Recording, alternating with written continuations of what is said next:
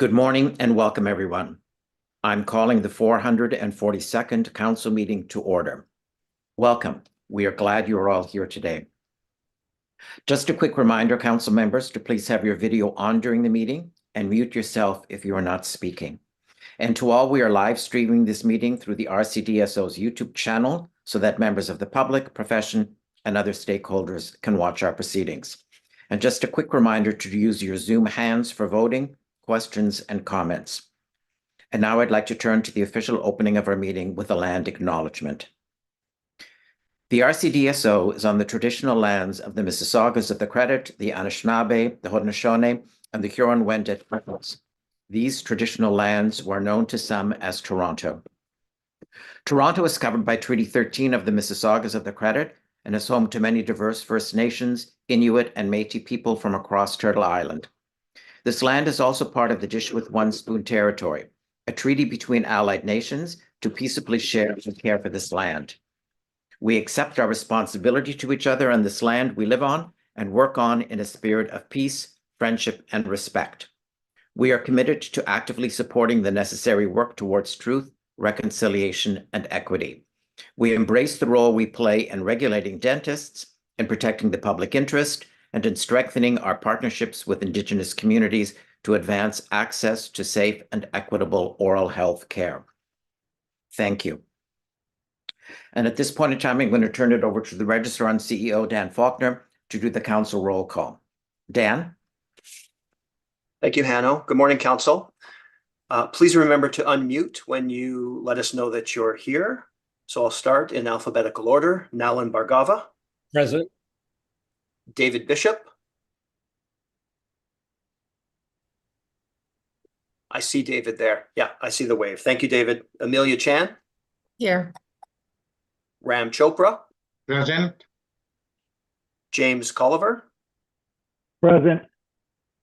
Christina Cordero. Present. Peter Delane. Present. Nancy DeSanto. Present. Mark Eckler. Here. Ellie Fisher. Present. Noha Goma. Present. Daniel Haas.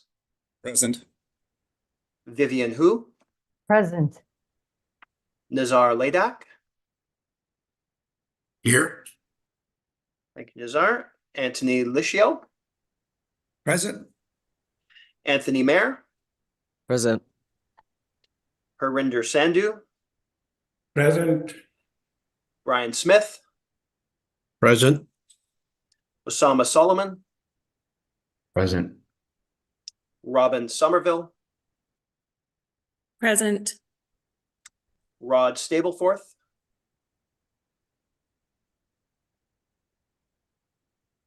I don't see Rod. Mark Trudell.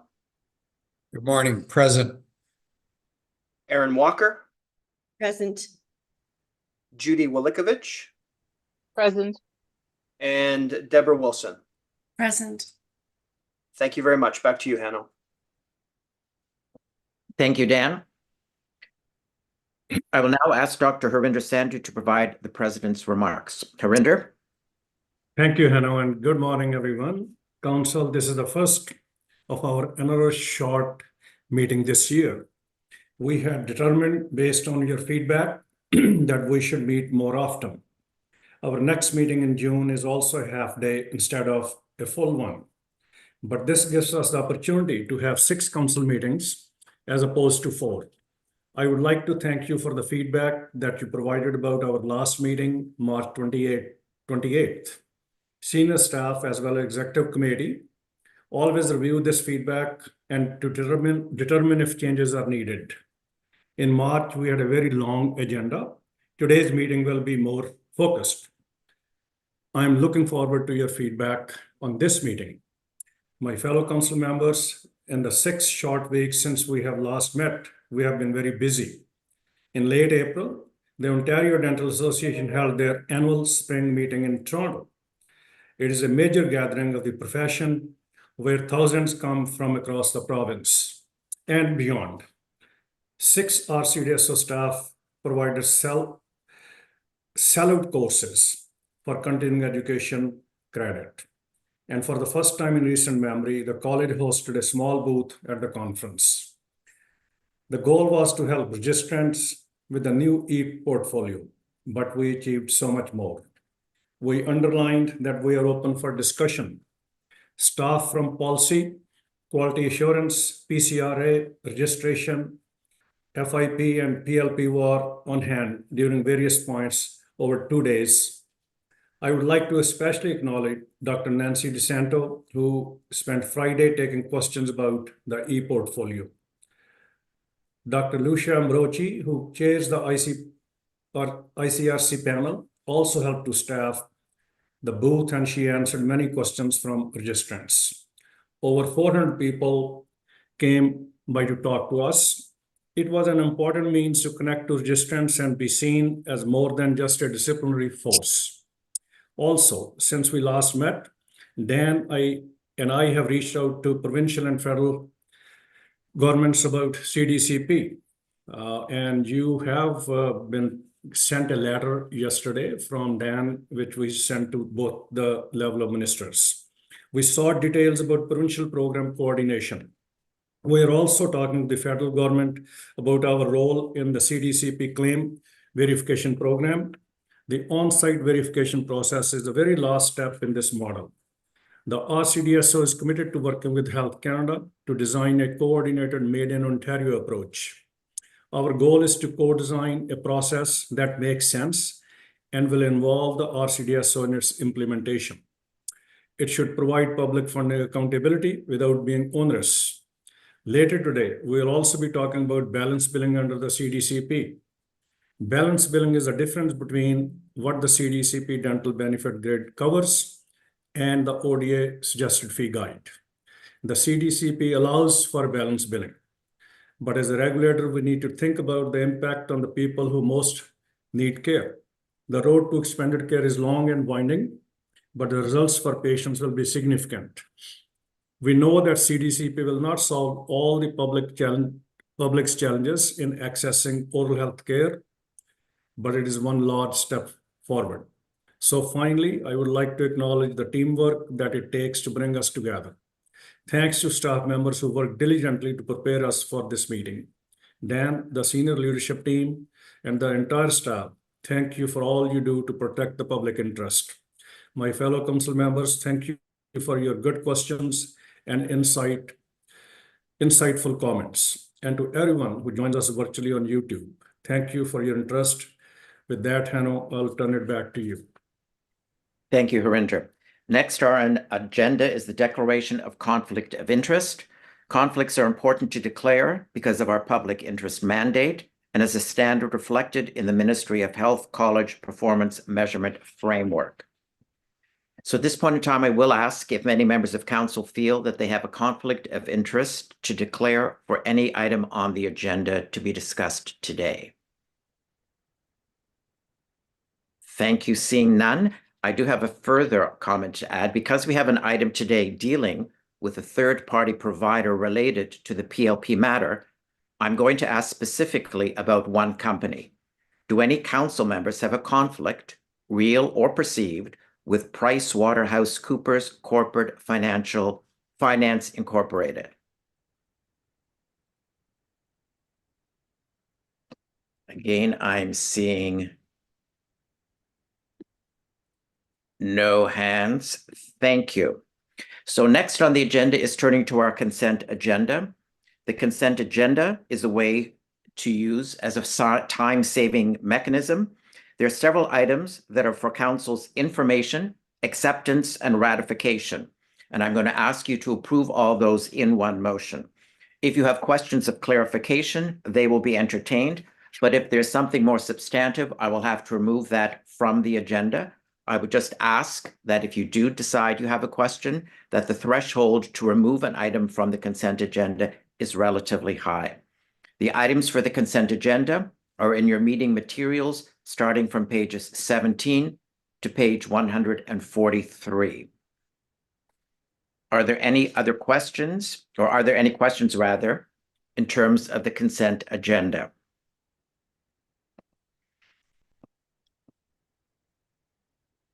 And seeing none, I would ask if we could have motion number 1 on the screen, please. And motion number 1 is that the following items be approved and or received for information by council. 1, approval of agenda. 2, approval of RCDSO council meeting minutes, March 28th, 2024. 3, council evaluation survey results, March 28th, 2024. 4, 2024 work plan for council. 5, 2024 council meeting program. And 6, 2025 council meeting minutes. And could I have a mover for that, please? Moved by Anthony Lisho, seconded by Ram. All those in favor, please indicate that by using your virtual hands.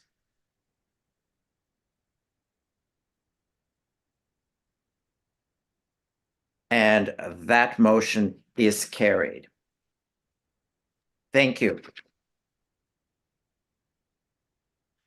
And next, I'm going to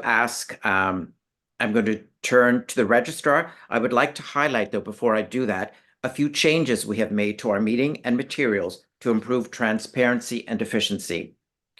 You will have seen in your package that all slide deck presentations have been included with the minutes. Presentations are provided at the public meeting, but they are not part of the formal meeting package. Including them in the meeting materials helps anyone who missed the presentations see what was discussed. It does make for a longer meeting package, but will be useful for providing a more comprehensive record. In addition, now that council is meeting more often, some of the standing items will form part of the longer quarterly meeting. For example, the strategic plan report is quarterly and is written, as is the written report from the registrar and CEO. This will help keep the meeting shorter and more focused, as council has suggested. I will now move to the registrar and CEO's remarks. Dan, do you have something you would like to share with us? Thank you, Hanno. I do have a short slide deck, which it will appear on your screen in a moment. And just to remind council that the purpose of the report that I provide, and I often provide it written, and that we will continue on a quarterly basis. And for today, I will provide you with a few updates on things that are happening. The purpose is to provide you with some information that you might not receive in the course of council, but are still nevertheless important to the work that you do. Some of the topics are really just to provide you with the landscape and an overview of perhaps at a high level what's happening in the college. And some of it's also likely to be topics that you will discuss further down the road. So I will always try to keep it as comprehensive in written form as possible, and at a reasonable length to provide you with useful information to help you do your work at the council table. Next slide. The first thing that I want to tell you about is something that has been fairly high profile in the public domain in the last couple of months. The Globe and Mail has published a few articles, and it relates to some work that's happening through the Ontario College of Pharmacists with respect to corporate pharmacy or corporate structures that own pharmacies. There are two issues that have been raised. The first is related to what's called a preferred pharmacy network. And this is when an insurance company will require patients who receive benefits from that company to purchase their medications from a specified pharmacy or specified pharmacy corporation. And that obviously has an impact on patients. It restricts or limits patient autonomy and choice. And for those individuals who live in parts of the province that don't have ready access to certain corporations, it may require longer distances for travel to fill their prescriptions. The second issue is what's seen to be pressure by those corporate entities on the healthcare professionals, on the pharmacists, which is essentially to drive service and revenue.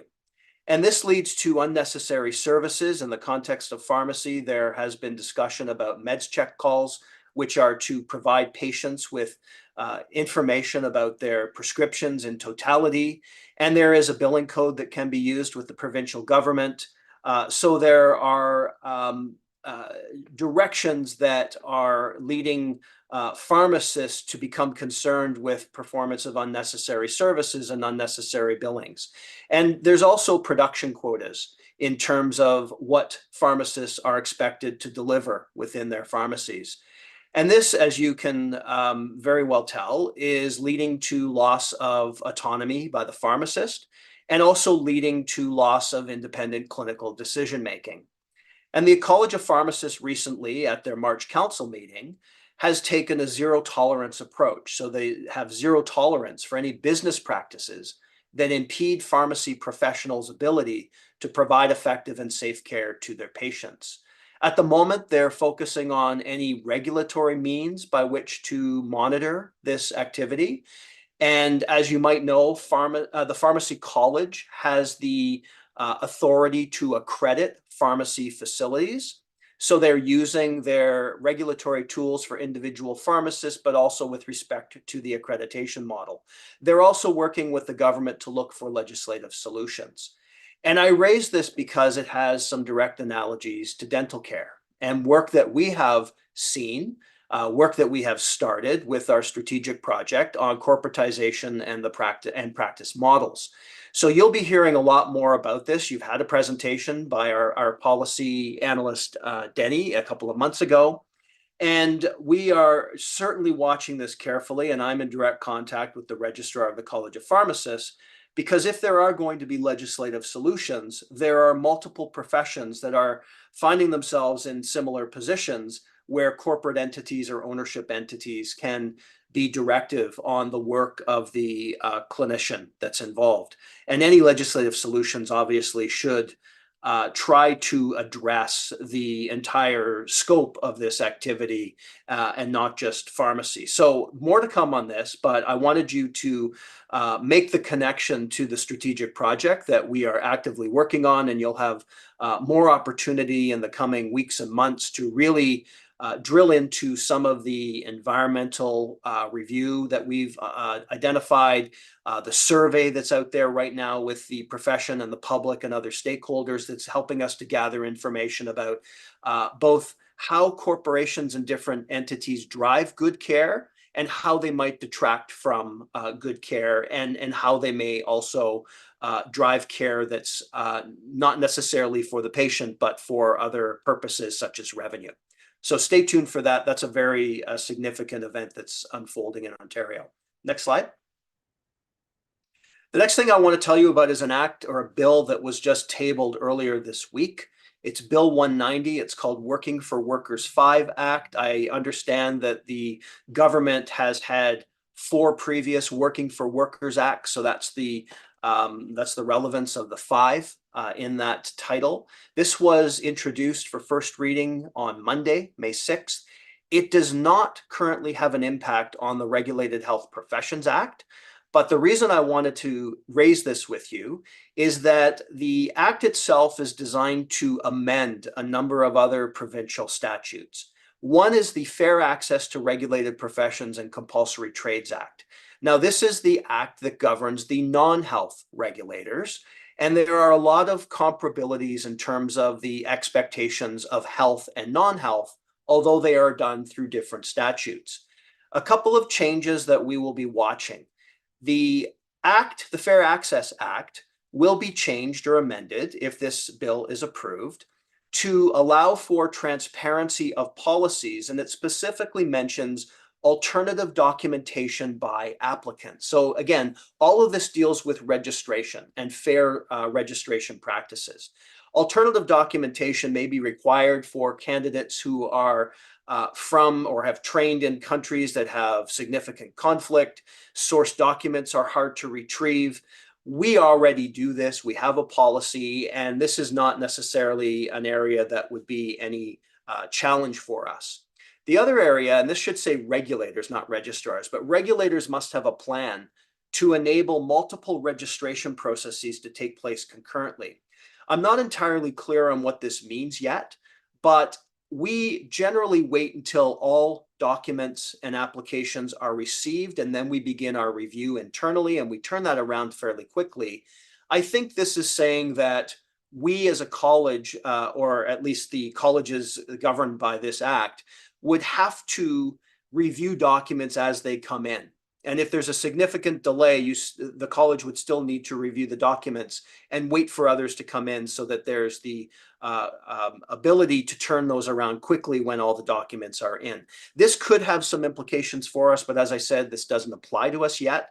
The third area that I want to point out, which I believe is a new power for the Fairness Commissioner, although we haven't done a significant analysis of this bill yet, or the Fairness Commissioner's statutory powers, but this will enable the Fairness Commissioner and the Office of the Fairness Commissioner not only to review these policies and these plans, these operational plans, and not only to provide input to those colleges, but there could be regulations that are developed under these changes that will give the Fairness Commissioner the authority to approve these plans and policies. And that is, I believe, a new power for the Fairness Commissioner. And obviously, the council would still be involved in these activities, but I'm not entirely clear yet on how this would work. And again, the reason I bring this is because the pattern that we have seen is that when changes are made to the Fair Access to Regulated Professions Act, we generally see those same changes or similar changes to the RHPA sometime in the not too distant future. So stay tuned. We will be watching this. We will be looking at this act, and we will be bringing back any implications if it becomes more directly relevant to RHPA. Next slide. A couple of quick other things that are happening. Dentists will know that there is a National Dental Specialty Examination. This is to examine candidates who generally have a general dentistry degree and license and are looking for specialty status. The original owner of this exam was the Royal College of Dentists of Canada, the RCDC. And at the time, around the time when I started in 2020, there was a lot of discussion happening and certainly some areas that the regulators across the country wanted to see changed within the specialty exam that weren't working, that didn't seem to be addressing the issues that regulators needed to be addressed. And so that examination was moved to the National Dental Examining Board of Canada, the NDEB. The NDEB delivered that exam for a few years and then decided strategically that it was not going to continue to deliver the specialty exam. And a series of discussions occurred, and the dental regulatory authorities provided a number of expectations, and ultimately the examination, development, and delivery went back to the RCDC. I raise this because I want to just inform council that notwithstanding the tension that existed over the last few years around this examination, the RCDC has stepped up and really responded, and they have done a complete overhaul of development, delivery, psychometrics, and the price of the exam. The first offering is coming up very shortly. I believe it's in June for the RCDC delivering it. And this is a really great example of partner engagement. All of the dental regulatory authorities, the RCDC, the NDEB, and others, the training programs, were very intimately involved in really trying to identify and articulate the expectations and make sure that they were being delivered in a manner that worked for all the partners. So excellent example of partner engagement, and to date a success story, and we'll watch obviously as the exam is rolled out in the next few months. The next item I want to raise is something that's happening on the Ontario regulatory landscape. The Ontario Physicians and Surgeons Discipline Tribunal. This was created a few years ago, and it was created to address issues that are related to discipline costs and volume and how to manage those, and also legal expertise that's available to discipline panels or tribunals. It's generally found in the form of independent legal counsel, but the model here is to create a tribunal or panels that will have a lead adjudicator who's an experienced jurist, lawyer, who is able then to manage the discipline cases or hearings, but those tribunals will also have professional members and public members of counsel. And I raise it here because it started with the medical college, and it over the last year has been part of a pilot project with 3 other Ontario regulators: massage therapists, registered psychotherapists, and audiologists and speech language pathologists.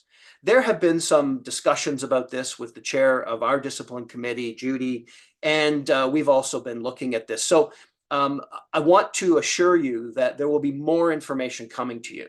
We will prepare briefing materials for you, if not the next meeting, the meeting after. We want you to know more about this program and to understand it. And we also want to share with you some of the volume indicators that we have for discipline at the RCDSO right now, and look to see if there are some models that will also help us to manage our costs and our volumes. Next slide. In terms of partners, lots of discussion over the last few weeks, as Harinder mentioned, with about the Canada Dental Care Program. A letter went out from Harinder and I to the federal and the provincial ministers of health. You received that as an information item, which will be available in this package of materials as well, although it went out late. That was sent to the ministers on April 24th. The issues that we raised were generally to ensure or encourage the negotiations and the discussions to continue and to keep the eye on the ball of access to care. We obviously thanked the federal minister as a first step for the removal of the need for a dentist to register with the program. That is, as I said, a first step in continuing to think about access to care and patient choice. We also encouraged seamless access and coordination between the federal program and the provincial programs that exist already. Since our letter, and not because of our letter, but since our letter, we have seen fact sheets that have come around that relate to each of the 10 provinces and 3 territories and how those programs will be coordinated. CDCP will be first payer and the provincial programs will be next. And the third point was we wanted to indicate our willingness formally that we will help to co-design the last stage of the claims verification process, which could be on-site verification audits. And I said last phase or stage because there are multiple stages where the insurance company and Health Canada and the CDCP program will verify that claims have been made appropriately, that services were provided, and that billing was done accordingly as well. And if there is a need, and we believe that this will be very rare and unlikely, we will work to help co-design an on-site verification audit that will utilize whatever tools can be available through the regulatory body. So that work will hopefully start. We met with the policy advisor in the Minister Holland's office on May the 1st. We discussed all of these issues. We also discussed issues that relate to health human resources because the federal government obviously has a role in that, and the fact that we need to figure out ways to see dentists going to those parts of the province and the country where they're needed, where there are needs. And how to do that is complex, but it is something that we are willing to be one of the partners as part of that discussion. I also want to let you know that the Association of Canadian Faculties of Dentistry back in last year, but found out, I think in August of last year, that they received a grant, $8 million over 3 years, that would help to design an alternative pathway for licensure for internationally trained dentists. And it's called the GAP training program, and there's a steering committee, and it will look at how certain internationally trained may go through a process that assesses abilities. These are individuals who are close to the standard that's expected in Canada, and how there can be some what I'll call top-up training around those competencies where they still need some work that will allow them not to have to go back to dental school, not to have to take the qualifying program, and not to have to do the equivalency process that is lengthy, but it is another step or another alternative pathway for internationally trained dentists. So very exciting. Lots of work that's happening with the dental faculties and all of the partners in the system, including the regulators. Next slide. And finally, I just want to mention that there's always lots of conversation between the RCDSO and the Ontario Dental Association. We have a meeting coming up next week with the presidents, the vice presidents, and the heads of those organizations. We have had multiple meetings and discussions about CDCP, as Dr. Sandhu alluded to earlier. There's also broad educational support that we've provided in terms of educational credits that allows a number of programs to occur for credits for dentists at their annual spring meeting. And Dr. Sandhu mentioned the booth. And if we go to the next slide, I just want to show you what the booth looked like. Here you see a number of staff and Dr. DeSanto. We had, as Dr. Sandhu mentioned, over 400 people attend. On the right-hand side of this slide, you can see that we had a schedule where representatives from all of the program areas in the college would be available to answer questions. And dentists really appreciated that. It was promoted through social media. They were able to come to the booth when they saw somebody who would be there that might help them on their particular area. Harinder and I both attended for various times as well. And it was just a really great opportunity for us to meet a lot of members of the profession.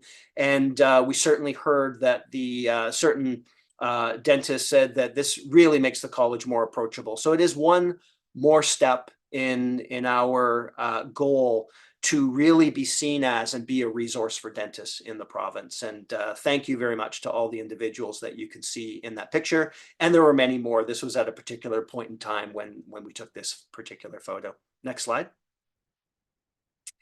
Quickly around the college, I mentioned last time that we would have a staff town hall. It took place on April 12th. We are really looking at how to drive our culture. We have a document that's called Thriving in a Flexible Work Culture, allowing us to really be explicit and intentionally think about the culture that we need and that we want to create for a model that means not everybody is in the college frequently. And we are working in an environment that's allowing us to be productive and allowing us to build relationships that you have much more readily when you're in the same building, and you have to work at those when you're not. We also had keynote speakers on artificial intelligence. So Stuart Sherman is a faculty member at McMaster, and he also, he talks generally about AI and how we need to try to understand it and navigate it within our society generally.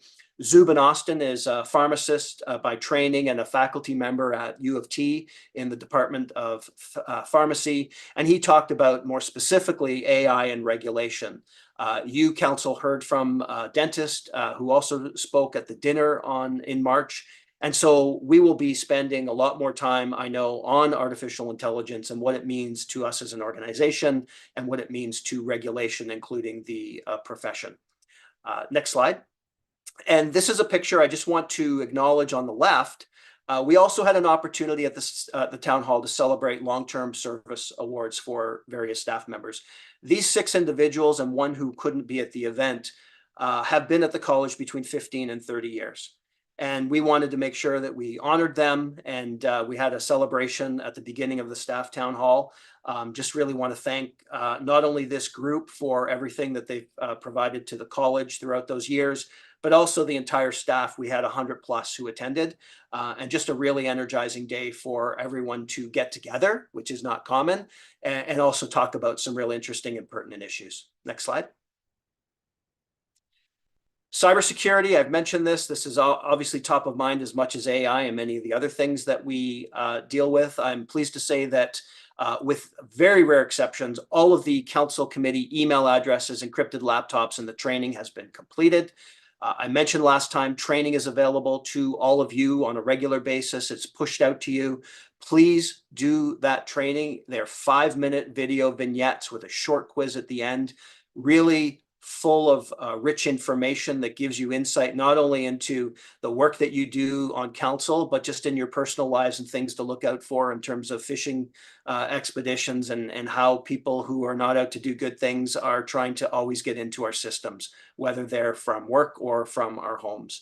And also, if you are going to be leaving the country for travel and you are going to take your RCDSO laptop, please contact IT. They can give you some advice, particularly if you're going to be doing member-specific work on some of our committees. We want you to use that laptop. We want you to keep the physical device secure. Be cautious as you're in different jurisdictions or countries, and to really notify us when you think there might be some suspicious activity. So IT, as you know, is always available, and we encourage you to use them when you're leaving the country for your personal lives, but also when you might be doing some college work. Next slide. And finally, I've mentioned CNAR, which is the Canadian Network of Agencies of Regulation. This is a huge Canadian-wide regulatory group. It has an October conference every year. They have a call for proposals. This year, we submitted 6 proposals on various topics that the college is working on. We want to showcase our work. Unfortunately, 5 were not accepted, but 1 was. We're proud of all the proposals. They really were a great way for our staff and leaders to really try to describe the work that we're doing. And also we'll look at different opportunities to showcase those in different ways. We did work on 1 proposal with the Law Society to look at the strategic topic of access to healthcare and access to justice.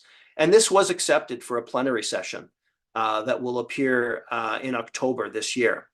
This was led by our policy analyst, Michelle Cabrera-Gali, who you've met, and really just a great way to talk about how regulators are also involved in system issues. So more to come on that, but again, congratulations to the RCDSO staff who pulled this together with their Law Society of Ontario partners, and really looking forward to our involvement in the event in October. RCDSO Connect has a session tonight, and it will be specifically on quality assurance. So Nancy DeSanto and Susan Taylor will be providing lots of great information, practical information for the profession about quality assurance, changes that are made, e-portfolio, and so on. And we will also have a live event in London with both dentists and the public on June 25th. So more to come on that. And next slide, I believe that's the end. You can take the slides down, and I'm happy to take any questions that you have about any of that. Thank you, Dan. We do have a few short minutes if members of council do have questions for Dan. Jamie Colliver. Thank you very much, Mr. Chair, and through you. Dan, great presentation, as always. I'm curious about 2 or 3 things. Oh, first of all, did I see Angie Sherburn and Alan LaChapelle as 2 of the 30-year employees? Well, you did. Alan's 30 years and Angie's 25 years. Okay, Yes. gotcha. Well, regardless, it's a pleasure to have you working with the college, and congratulations for sure. Going back to the pharmacists and their concerns about corporatization, I would call it, are the colleges getting together and looking at what business practices are offensive to the various colleges? And supplementary to that particular question, what is going to come first? Is it going to be keeping the public safe and protected within their jurisdiction? Or is it the practitioners, or is it a combination of both? To me, it makes sense that those offensive business practices be illustrated from all colleges, and especially if there's going to be regulation coming forward. So if you could just perhaps answer 1 or 2 of those questions. Thank you. Yeah, I can. I'll be fast. The colleges meet both formally and informally. We have a federation. It's called the Health Profession Regulators of Ontario, HPRO. That is all 26 health colleges. Formally, we meet. We talk about all sorts of issues that are common to colleges. As you can imagine, with 26 colleges, you try to find those issues that are pertinent to everyone. For example, governance reform. And sometimes these sorts of issues are not necessarily pertinent to all, but there's different ways that we can use HPRO to drive conversations. And there are ways that colleges come together informally outside of HPRO to talk about these issues. I know that there have been conversations that have happened about things like advertising. And in this case, while there hasn't been a group meeting yet, I've been in contact with my counterpart at pharmacists. Others have similar issues, and we will continue to talk about it. And definitely, if we get to the point of legislative solutions, we'll want to be involved because we see so many similarities. I'm not sure if I completely got some of your audio was a little bit garbled, but I think what you were saying is we're going to approach this obviously from the patient perspective, the public perspective. And how do we ensure that care delivered is relevant to that individual patient right there, right then? what is their context, what are their needs, and what is the care that is needed that can be delivered by that practitioner in an independent way. So we want to first and foremost think about that patient, but we also want to make sure that the practitioner is provided with the tools and the support to be able to do that work. And if there are situations where practitioners are told how to practice in whatever form that might take, we obviously also don't want to necessarily only focus on the practitioner, although they are an accountable member of a profession. We've got to start stepping back and looking at whether there can be solutions that are available that relate to the business environment as well, and what that needs to look like, and is it a regulatory college or something else? So complex issues, but we are certainly looking at all aspects. Thank you, Dan, and thank you, Jamie, for your question. At this point in time, I see no other hands, so we're going to move to the next item on the agenda, please, which is an update on the Professional Liability Program Divestment Project. As you will recall at our March meeting, Council heard an update on the divestment process and approved the appointment of an external advisor and a Council procurement review group. The item for this, for your information, can be found on pages 144 to 148 of your package. And I'm going to turn it over to you again, Dan, please, for a brief update. Thank you, Hanno. And you have a fairly comprehensive briefing note, and I'll provide you with a few points of emphasis from that briefing note and take your questions. But obviously, this is a process, and there will be a lot of opportunity for Council to hear more about this over the coming year.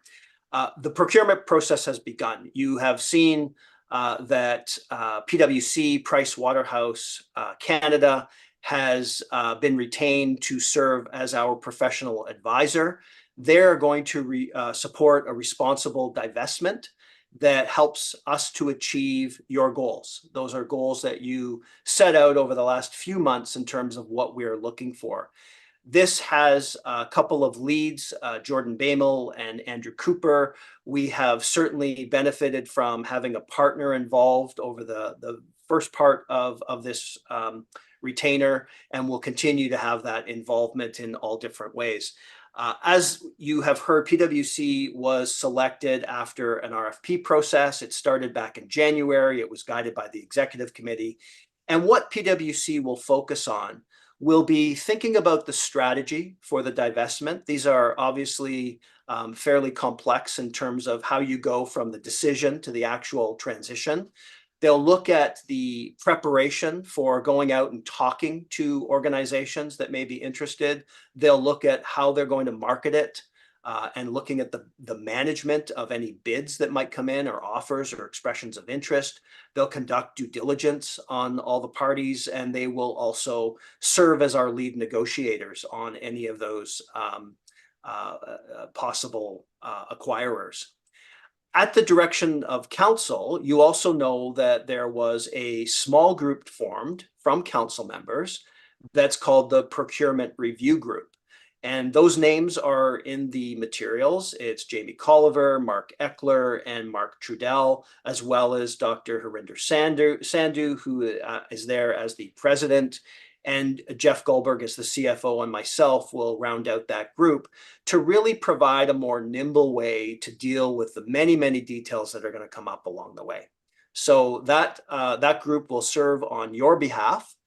And there have already been a number of meetings that have happened. So there have been a number of meetings between PwC and staff, and that they have been designed to get lots of information about the program, about how it's delivered, about the benefits and the risks, and about the financials. So all of that is happening. And also the group has met together. So PwC has met with the Procurement Review Group, and the Procurement Review Group has met separately as well, just to really make sure that everyone is on the same page in terms of how we're moving forward. The final thing I guess I just want to mention is that Council is going to be involved in a few different ways.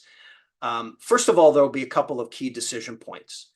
One of them you have done, in that you've provided a lot of input in terms of the objectives of this divestment. And so that's been worked on with PwC and the Procurement Review Group to really put that into the way in which we market the program when we start talking to potential interested organizations.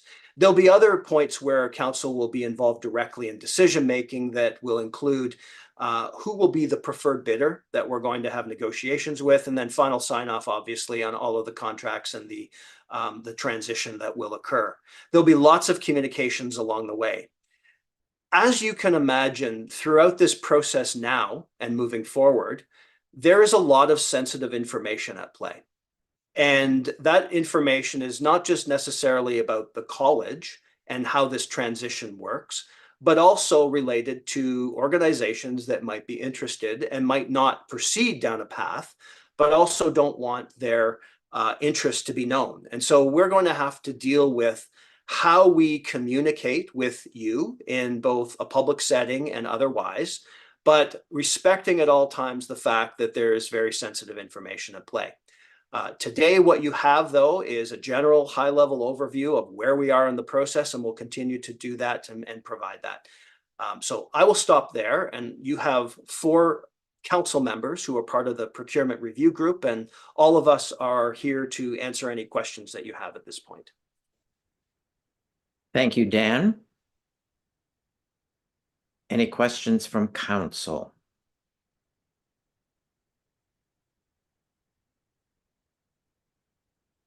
Rod.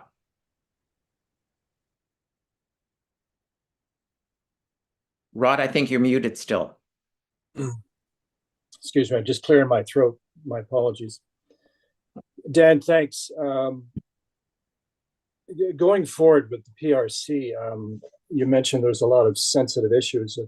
Some of the guidance you've been giving to Price Waterhouse, I gather, one of our strategies from council and previous reviews is to, as we go forward, try to maintain the benefits of the current PLP program while, offloading some of the financial liability to a third-party organization. This is going to be tricky to do, given that, some of the focus of maintaining the benefits involves the RCDSO maintaining some sense of control and or influence over the program going ahead. I'd be interested in seeing how that will be included, I guess, in some of the negotiations or discussions. So, Rod, I can start, and obviously, there's still a lot of unknowns in terms of who will be definitively interested and who will have discussions and come forward. I think please, for PRC, please jump in if I've misrepresented something, but I think where the procurement group is we know that there is a list of objectives, and those have been provided to council. We haven't provided them in this set of materials, but they're in previous packages in March and in December's materials for council. If the list, I'm making up the number 10, but if the list is 10 things, we're not going to get all 10. And so it's really important for the college and for the different groups that are involved to start looking at interest by other organizations, and evaluating how many of the 10 are they meeting? How are they proposing to meet those? And which ones do we want to work further with in really trying to refine the ability to meet those objectives? I don't know, Rod, if we're talking about a divestment. So I think the word that you used that's most appropriate is influence, not control. So when the divestment occurs, there may be parts of the contract language that looks at, what the expectations might be, whether it's short-term or long-term, of any acquiring organization, but we will not have control as a college. We may have some influence, and it may be shorter term, but that's the approach that's being taken with respect to the divestment. But obviously, we want to make sure that it works for the public. We want to make sure that it works for the staff.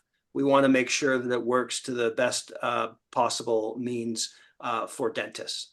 And those are the pieces that we'll have to evaluate. So I see Jamie's hand up, and if he wants to comment on this, I'll leave it to you, Hanno, to manage that. Okay, thank you. Actually, Aaron's hand was up first, so I'm going to go to you first, Aaron, then I will go to Jamie.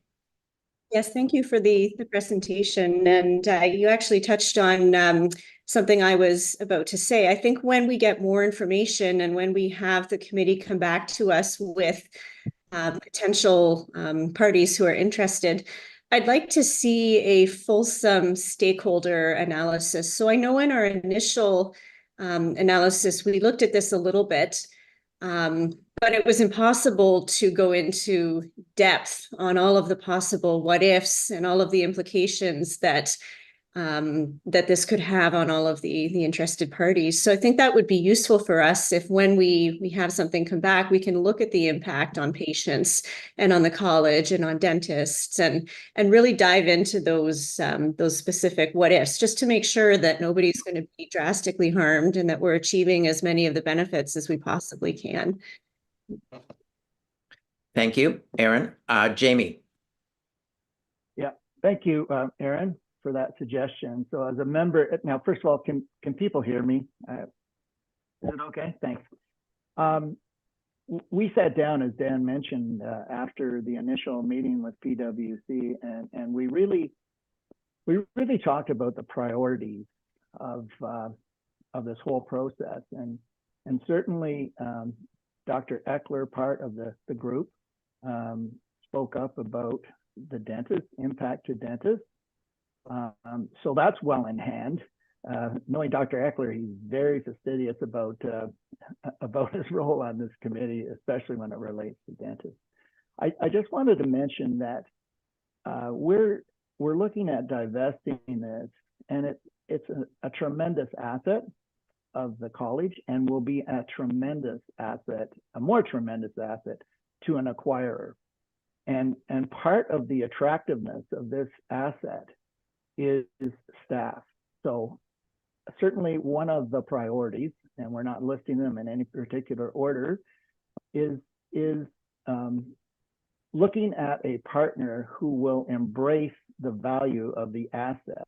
And part of the value of that asset is the incredible staff and the hard work that they do. It is like buying and operating business, essentially, for anyone looking at this. So I just wanted to make those two quick points. Thanks very much. Thank you, Jamie. Robin?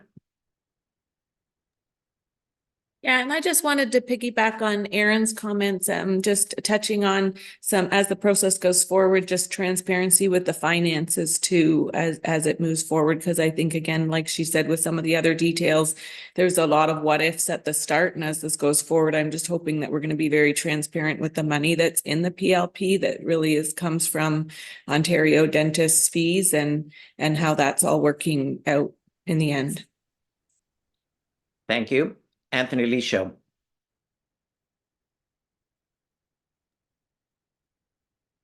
Thank you, Hanno. I just want to make a very, very brief comment. I agree with the previous speakers, but I just want to remind everyone that at the very end of the day, in order to be transparent as to the fact that there is no relationship again, that is the divestiture is the whole purpose of this exercise.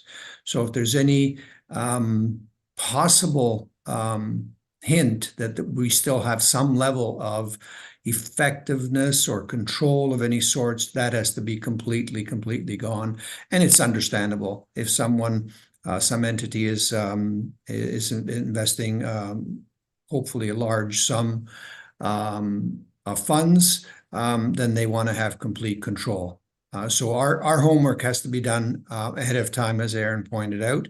And I think once it's done, in order for transparency to be right on the top of the agenda, I think then our job is done.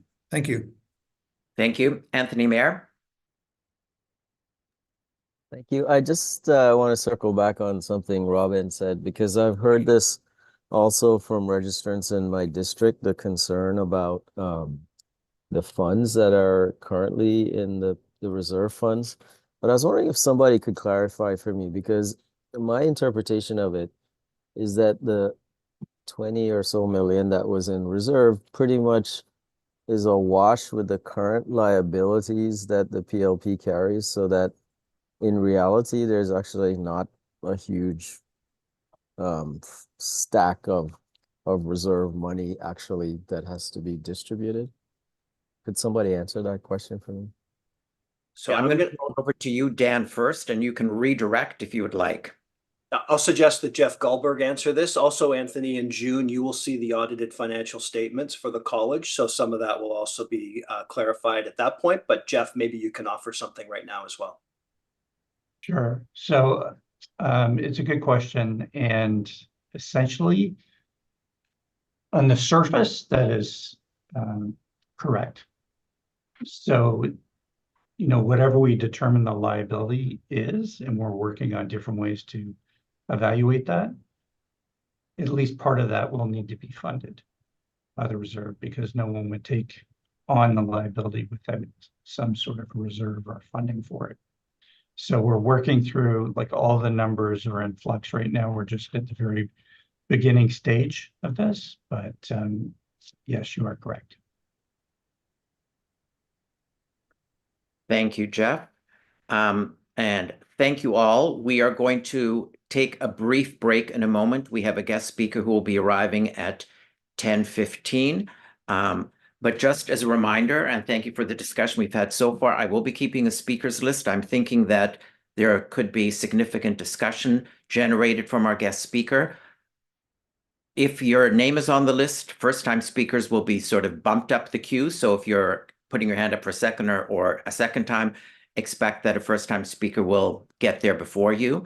I would ask, in the hopes that we're having sort of a robust discussion and participation, that people try to limit their questions or their comments to under a minute.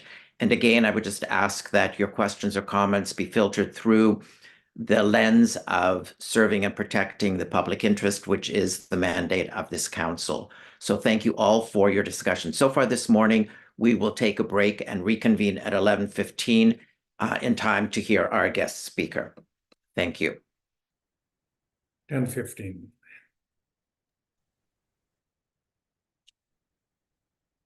Welcome back, everyone. Access to care, one of the projects under the strategic plan, is the theme of our next discussion. We have a very special speaker here today. He is both an expert on access to care, as well as Vice Dean of Director, Dentistry at the Schulich School of Dentistry and Medicine at Western University. I will ask Deputy Registrar Andrea Foti to provide some formal introduction and some comments. Andrea? Thank you, Hanno, and good morning, Council. As Hanno said, we're thrilled to welcome Dr. Carlos Quiñones here today with us. Many of you know Carlos and know of his work. But for those who aren't familiar, I'll just offer a couple of brief comments. Carlos is a public health specialist, dental public health specialist. And as Hanno just said, he is the Vice Dean and Director at Schulich School of Medicine and Dentistry at Western. His work centers on history, politics, and the economics of dentistry, with a focus on health and social equity. He's a world authority on the political economy of dentistry, and some of you may have a copy of his book. I know I do. His research is regularly used by a range of agencies to enhance the practice. And we have the great fortune of working with Carlos in our Access to Care strategic project led by Michelle Cabrera-Gali. Carlos is the chair of our working group. And he, along with a range of subject matter experts and key members of our council, are tackling the issue of professionalism and how that connects to access to care. Really thrilled with Carlos's topic today. He's going to be talking about the social contract. And we have been finding in our work so far that this is a key concept that's coming up. So we felt it was really important for council to hear directly from Carlos and benefit from his wisdom and experience and research. Certainly, you'll be hearing more about our progress on the Access to Care project and the working group's efforts at your meeting in June.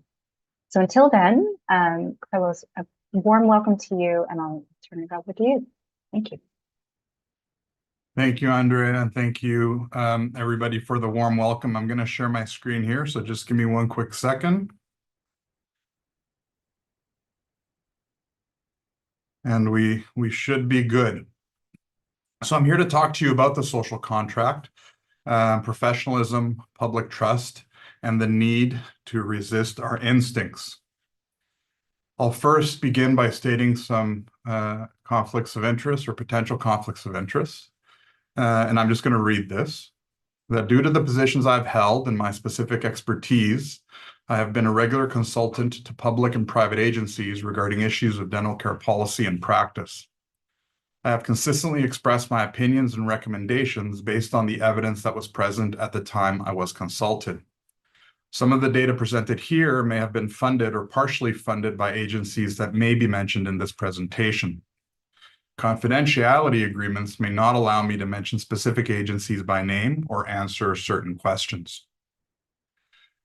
So with that said, what am I hoping to communicate to you today? Well, we want to answer a variety of questions, the first being, what is a social contract? Followed by, what is professionalism? What is public trust? And what has eroded the social contract, at least from my perspective and the perspective of others? And what might a regulator do given this context? So what is the social contract? Well, the social contract is an unwritten contract that exists between the health professions, dentistry, medicine, nursing, and so on, and society. It is a contract, from my perspective, that plays out at the level of institutions, and of course plays out at the level of individual clinicians and patients. So like a contract, the different groups have different expectations or obligations, you can even say. So society expects us to provide services. That's why access to care is so important in these discussions. It specifically states that we're supposed to provide or maintain guaranteed competence. That's why we do things around continuous professional development. Altruism is incredibly important, meaning putting the needs of the society or putting the needs of patients or the public above our own.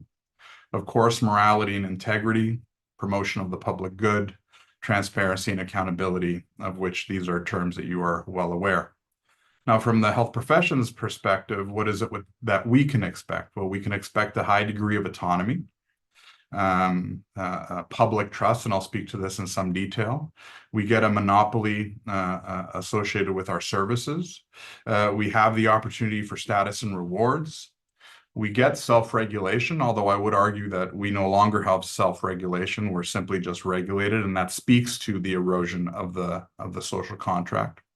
And then we can also expect a functioning healthcare system, and I'll return to this later on.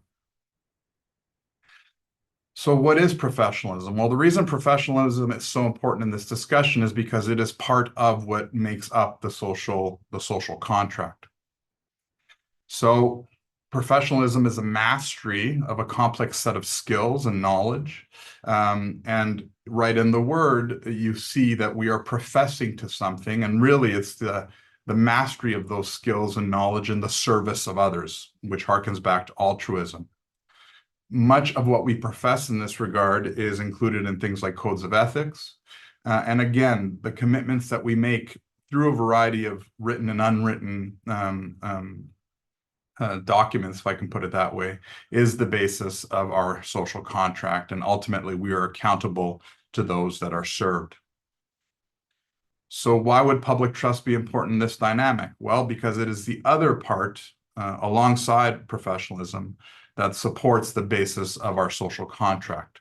So public trust is related to truth and competence. I've already mentioned competence, altruism. I mean, you can include a series of virtues with respect to public trust. As we all know, or as many of us know, it's key to the clinician-patient relationship.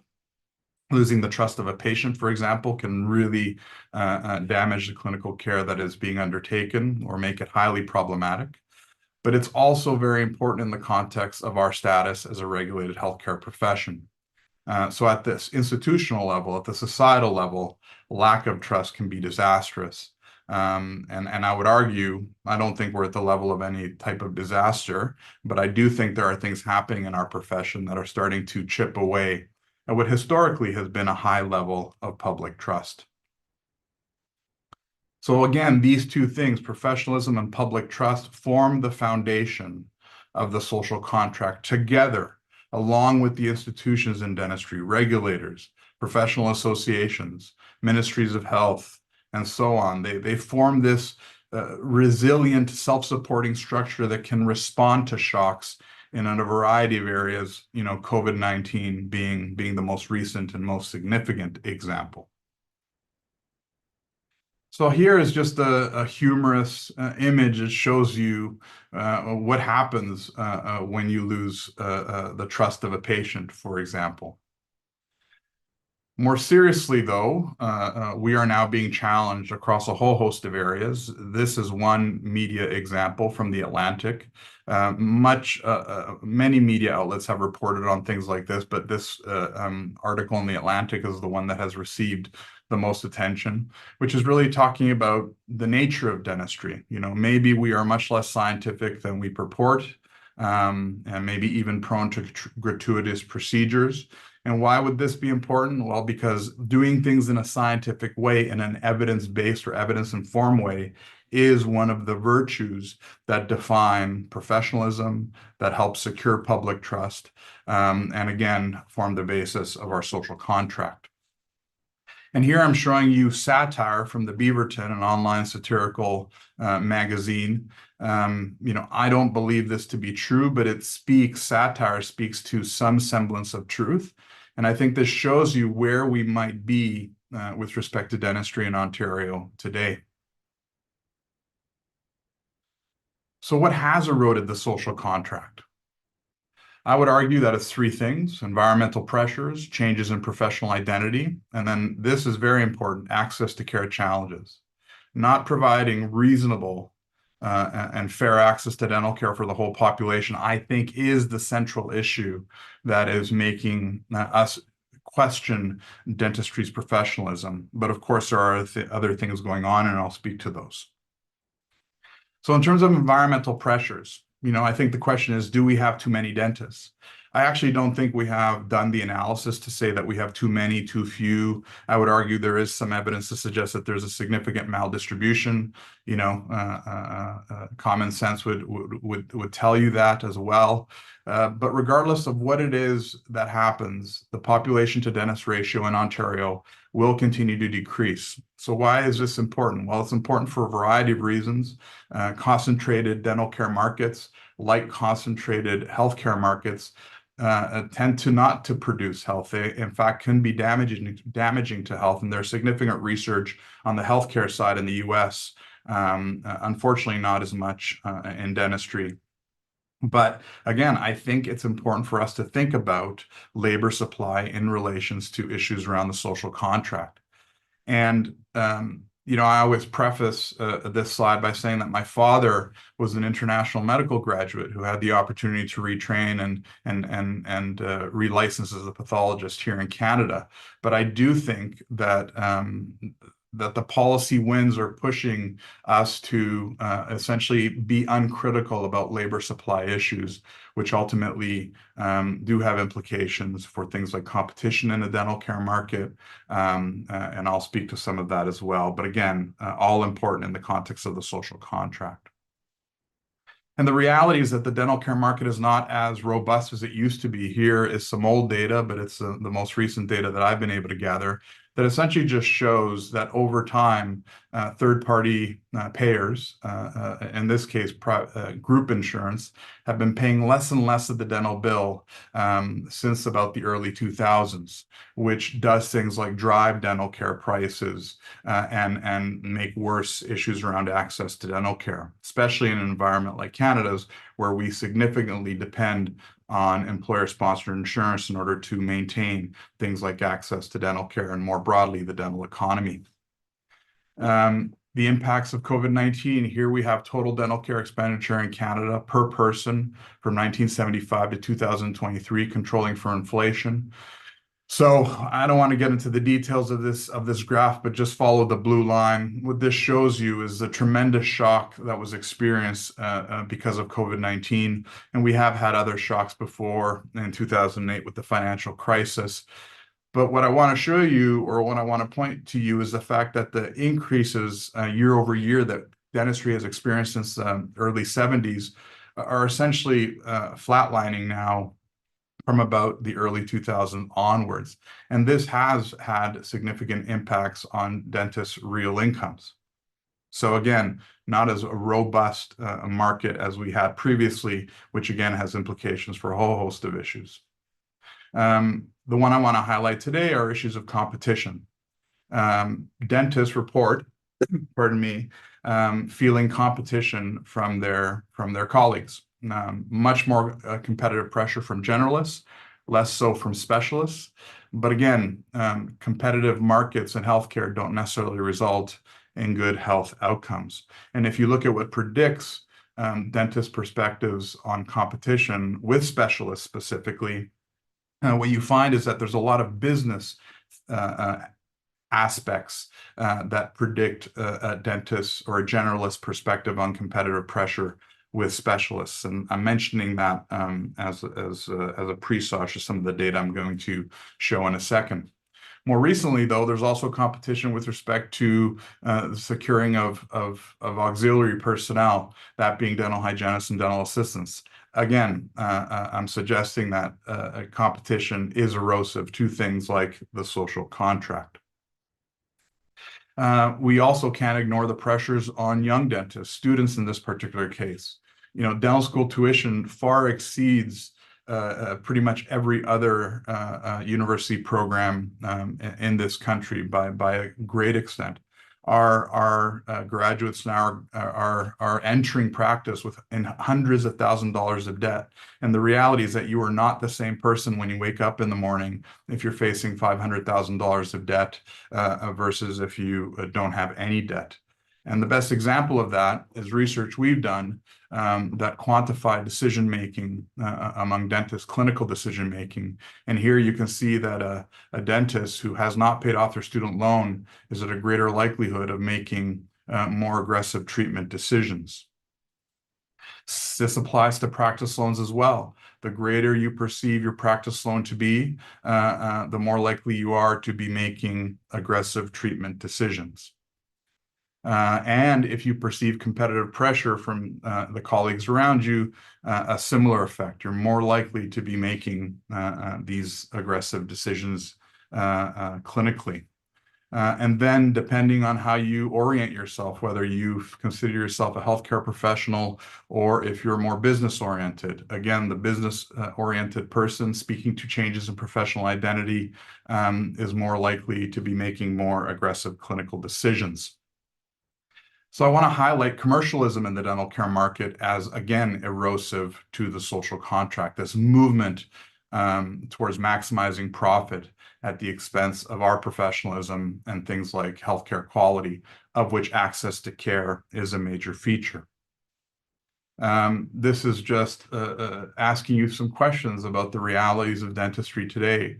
Are we healthcare or are we business? Well, the reality is that we are both, and we have to mitigate the reality of that tension. Do we do things based on evidence or dental lore? You know, have we really met our professionalism expectations, or is there arguments to be made about our unprofessionalness, if I could say it that way? And issues around ethics, of course.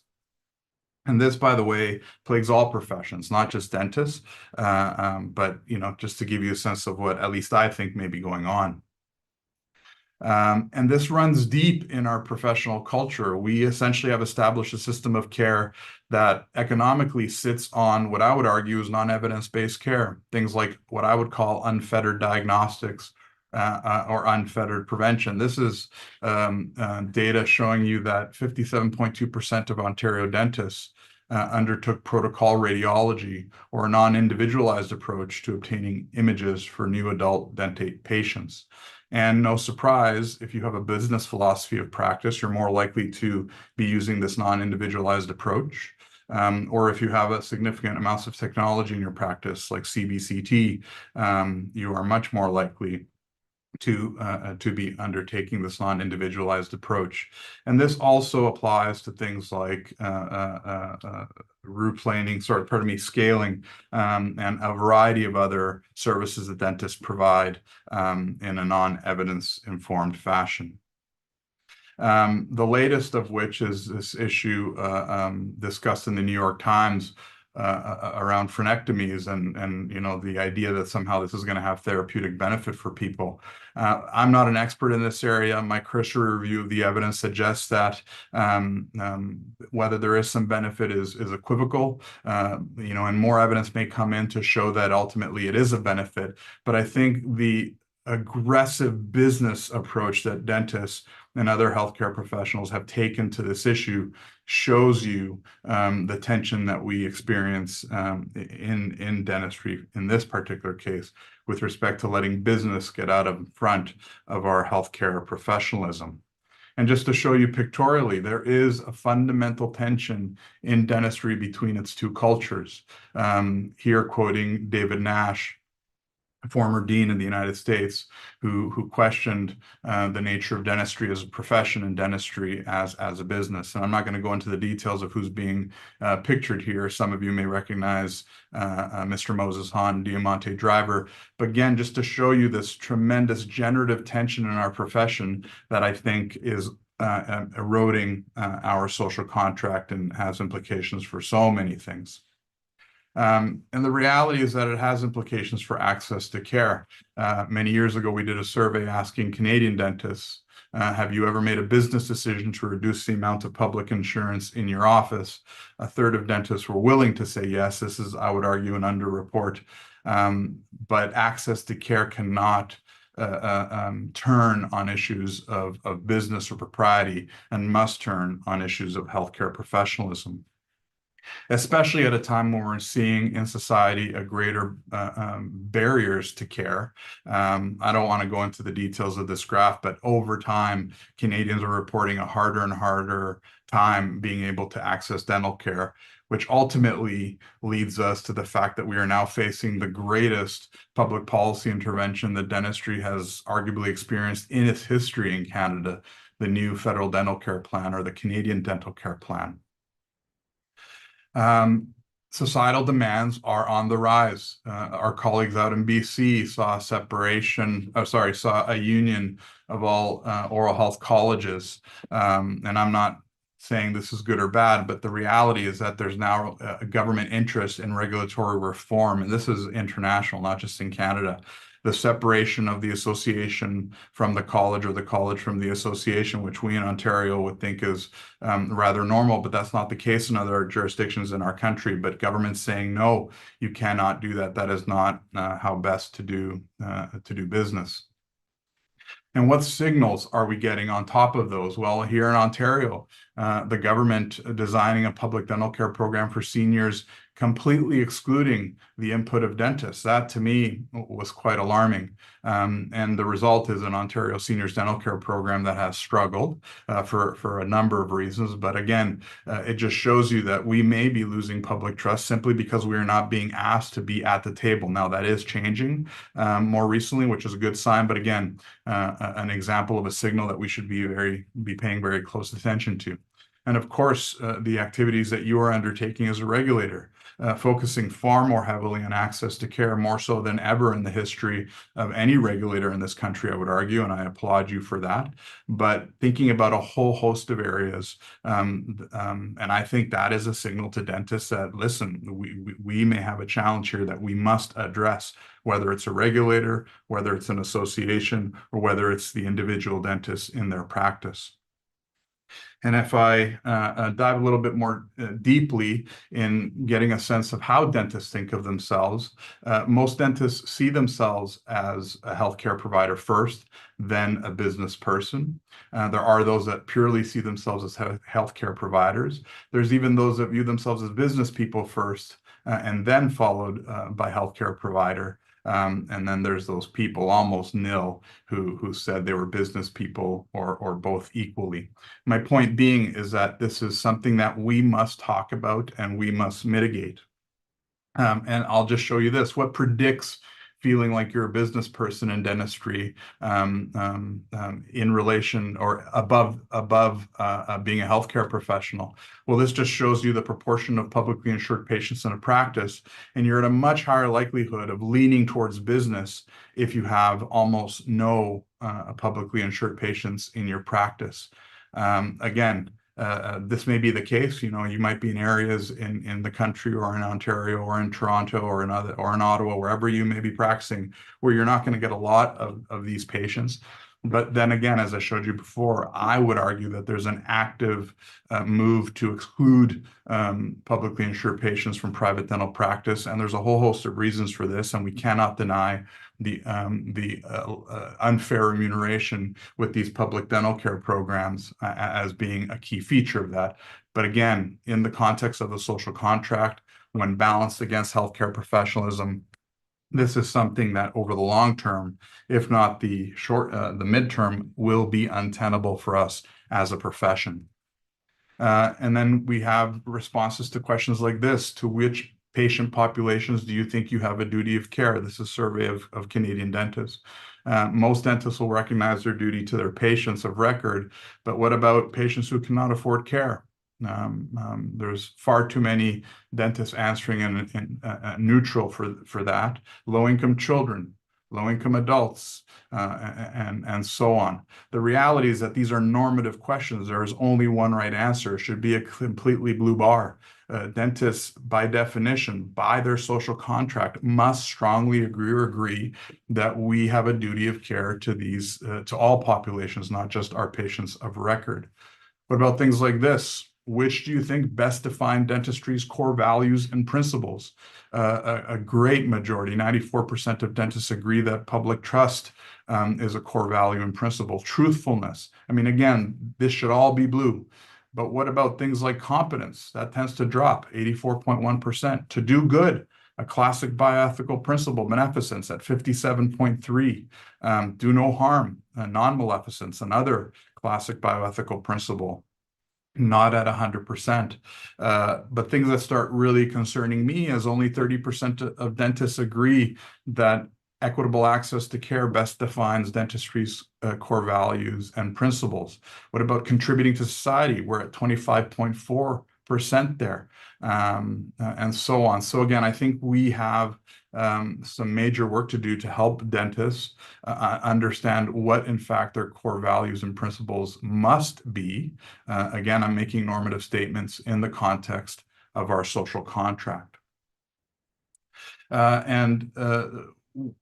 This is work done by a staff member of the RCDSO, Bonnie Yu, and others, when she was a graduate student in our dental public health program around an issue of moral community. What does that mean? It just means to which groups do I extend my care? You can have a narrow moral community, meaning just those people immediately around you, or you can have a broad moral community, meaning I feel like I am responsible for people outside of my immediate circle and maybe even far beyond.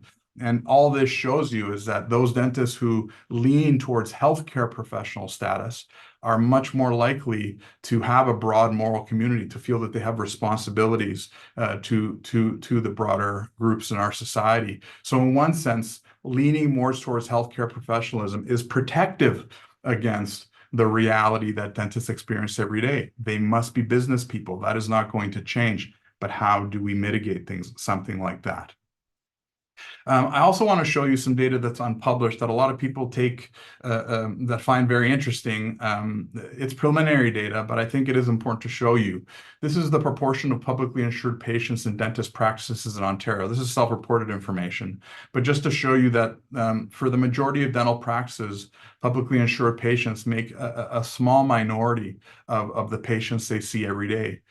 So for 42% of dental practices in Ontario, 1 in every 10 patients has the potential to be a publicly insured patient. So this is important for the next slide I'm going to show you, where we correlated the percentage of publicly insured patients in a practice, with which dentists told us would be are their gross billings per day, because we wanted to test the hypothesis that having a significant number of publicly insured patients was damaging to a dental practice. Now, this is the average practice. There are going to be those practices that are not doing well, where accepting more publicly insured patients can really be damaging to keeping the lights on. And a dental practice that needs to close is not a good thing from my perspective, because that also limits access to care. There's less labor supply out there. So again, though, correlating the number of publicly insured or percentage of publicly insured patients to what a dentist says are their gross billings per day, almost no correlation. This was surprising to us, because we would have expected the greater the percentage of publicly insured patients in a practice, the greater the gross billings must be per day in order to be profitable. Absolutely no correlation. Similarly, what do you need to be profitable in terms of billings per chair per hour? Almost a nil correlation. So this makes me question whether the issue of payment is as important as dentists claim.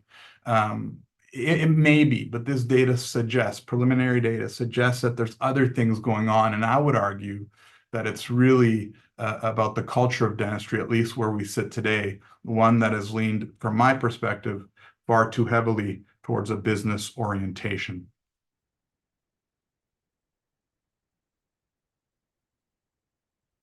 So a final experiment that I want to mention to you is our fairness study. And so this became a very famous study, and there's now many more, because after we did this about 10 years ago, it became very well known. And we did that originally with capuchin monkeys, and I'm going to show you the first experiment that we did. It has now been done with dogs and with birds and with chimpanzees, but with Sarah Brosnan, we started out with capuchin monkeys. So what we did is we put two capuchin monkeys side by side. Again, these animals, they live in a group. They know each other. We take them out of the group, put them in a test chamber. And there's a very simple task that they need to do. And if you give both of them cucumber for the task, the two monkeys side by side, they're perfectly willing to do this 25 times in a row. So cucumber, even though it's really only water in my opinion, but cucumber is perfectly fine for them. Now, if you give the partner grapes, the food preferences of my capuchin monkeys correspond exactly with the prices in the supermarket. And so if you give them grapes, that's a far better food, then you create inequity between them. So that's the experiment we did. Recently, we videotaped it with new monkeys who had never done the task, thinking that maybe they would have a stronger reaction, and that turned out to be right. The one on the left is a monkey who gets cucumber. The one on the right is the one who gets grapes. The one who gets cucumber, note that the first piece of cucumber is perfectly fine. The first piece she eats. Then she sees the other one getting grape, and you will see what happens. So she gives a rock to us, that's the task. And we give her a piece of cucumber and she eats it. The other one needs to give a rock to us. And that's what she does. And she gets a grape. And she eats it. The other one sees that. She gives a rock to us now, gets again cucumber.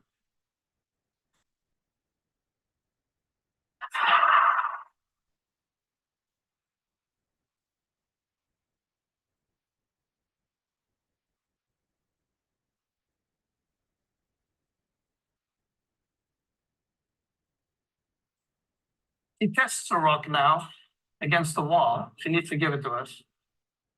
And she gets cucumber again.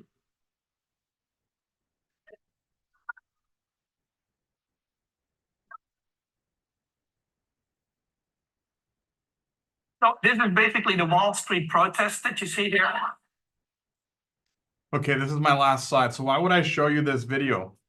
Well, because there's a deep instinct in us for fairness. So I show this video to dentists, and please, no jokes. I'm not comparing dentists to monkeys or anybody else to primates. But the reality is that there's a deep-seated instinct in us for fairness.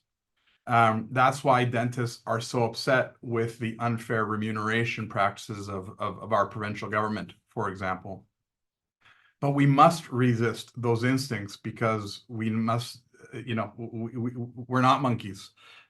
we function in a context where we have fiduciary relationships with our patients. One could argue with the public more broadly. So we have to rise to, you know, the expression, the higher, the greater nature of the greater nature of angels. Anyways, I forget the expression, but you get what I mean.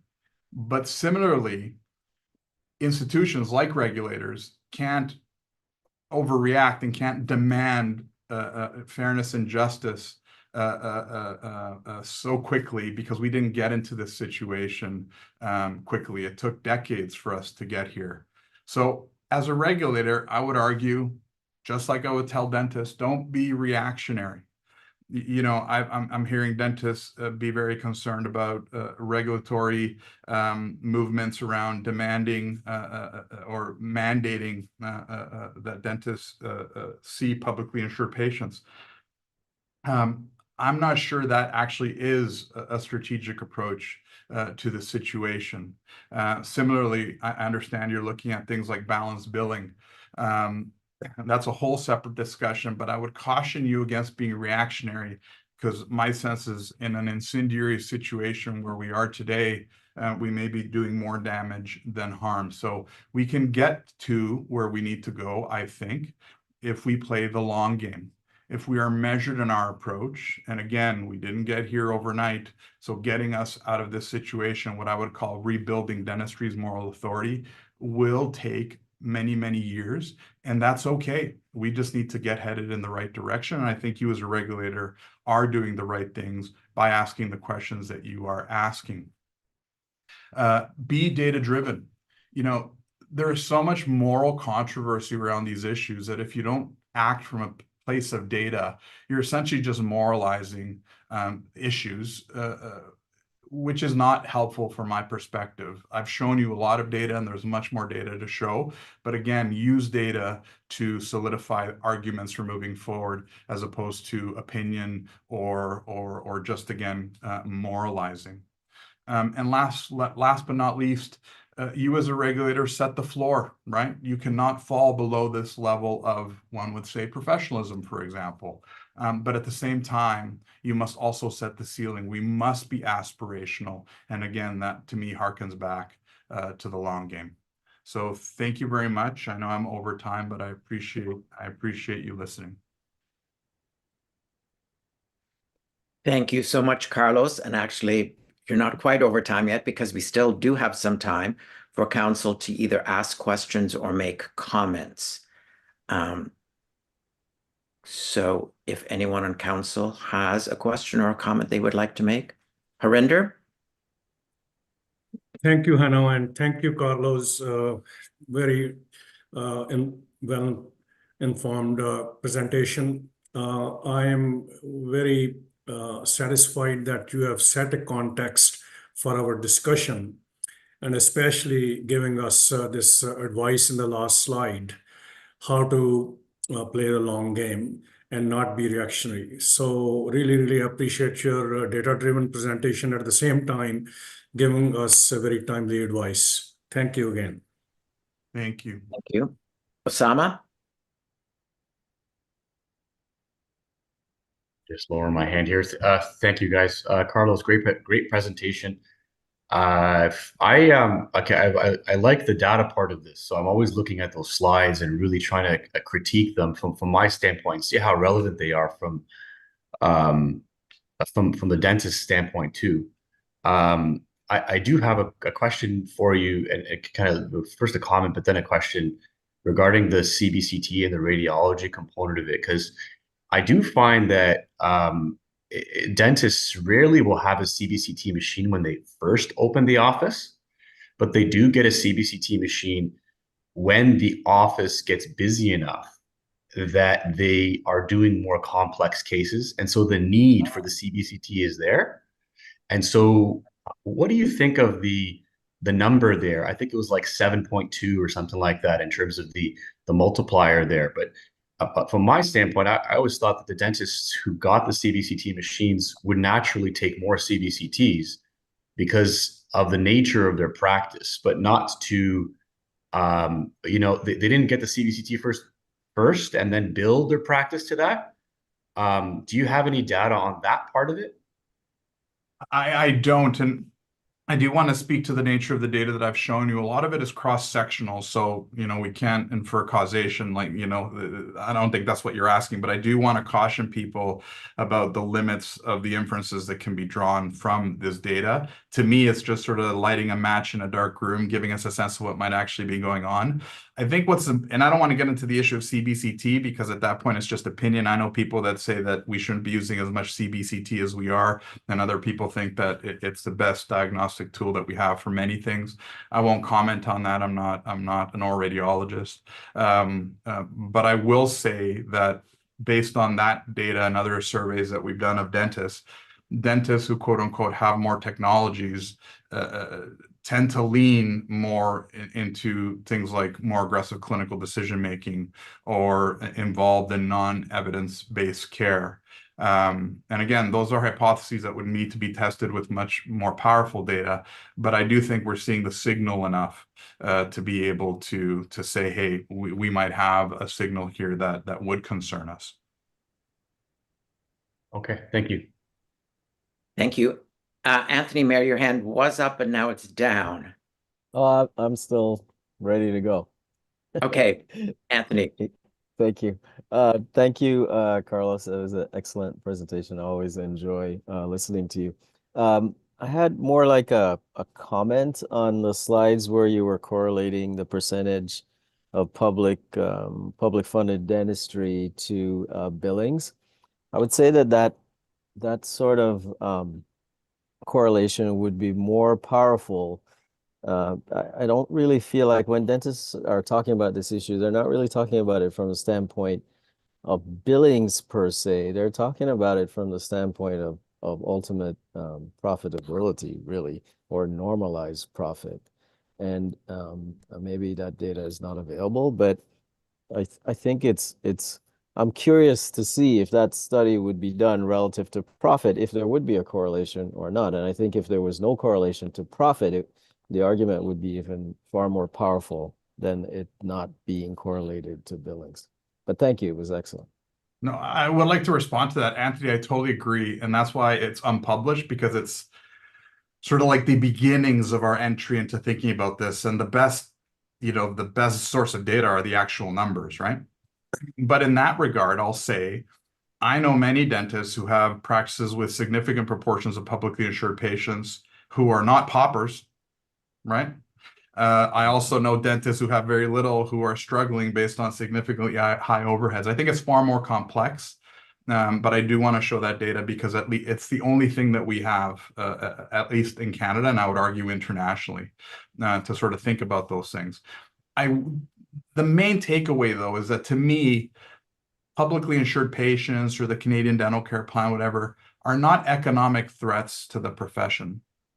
Dealing with issues of access to care, regardless of the economics around everything that is happening, are not economic threats to the profession. They're cultural threats, right?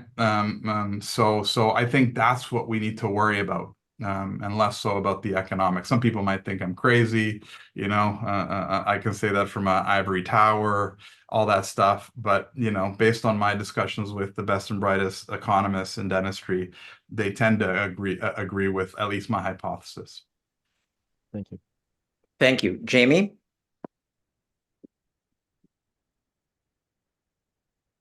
Jamie, I think you're muted. Thank you very much, Carlos. I found your presentation illuminating. And one of the things that I have a misperception about is the cost of educating a dentist. I always thought, a young dentist, that educating a medical doctor was more expensive. So, and as you know, municipalities, I think, recruit medical students to go to their communities. And I think part of the recruitment process is to fund some of the tuition. So my real question here is there recruiting that goes on in dentistry, either by municipalities and or the rising number of corporate dentistry operation? Thank you. Great question, and I see two former deans here who leaned in when you said that training a physician you thought was more expensive than a dentist. No, by no means. The reality of a dental school is that unlike a medical school, we have to run a hospital, and the university has to absorb all of those costs. So it's much more expensive. With respect to recruitment, yes, over time there actually have been government incentives, and more recently we heard from the Federal Minister of Health that there's, I think, plans to provide funding for loan forgiveness specifically for dentists to go to more rural and underserved areas of Canada in order to improve access to care, which I think is good news. There is some of that. With respect to the corporates, how they incentivize people to work for them, that I couldn't comment because I don't have a clear window into those operations. Thank you. I have about 6 people on my speakers list. We will go through them all, but I am going to ask, please, for your indulgence to try to keep your question or comment under a minute. Deborah. Thank you. Excellent presentation. Thank you so much for highlighting so many important issues.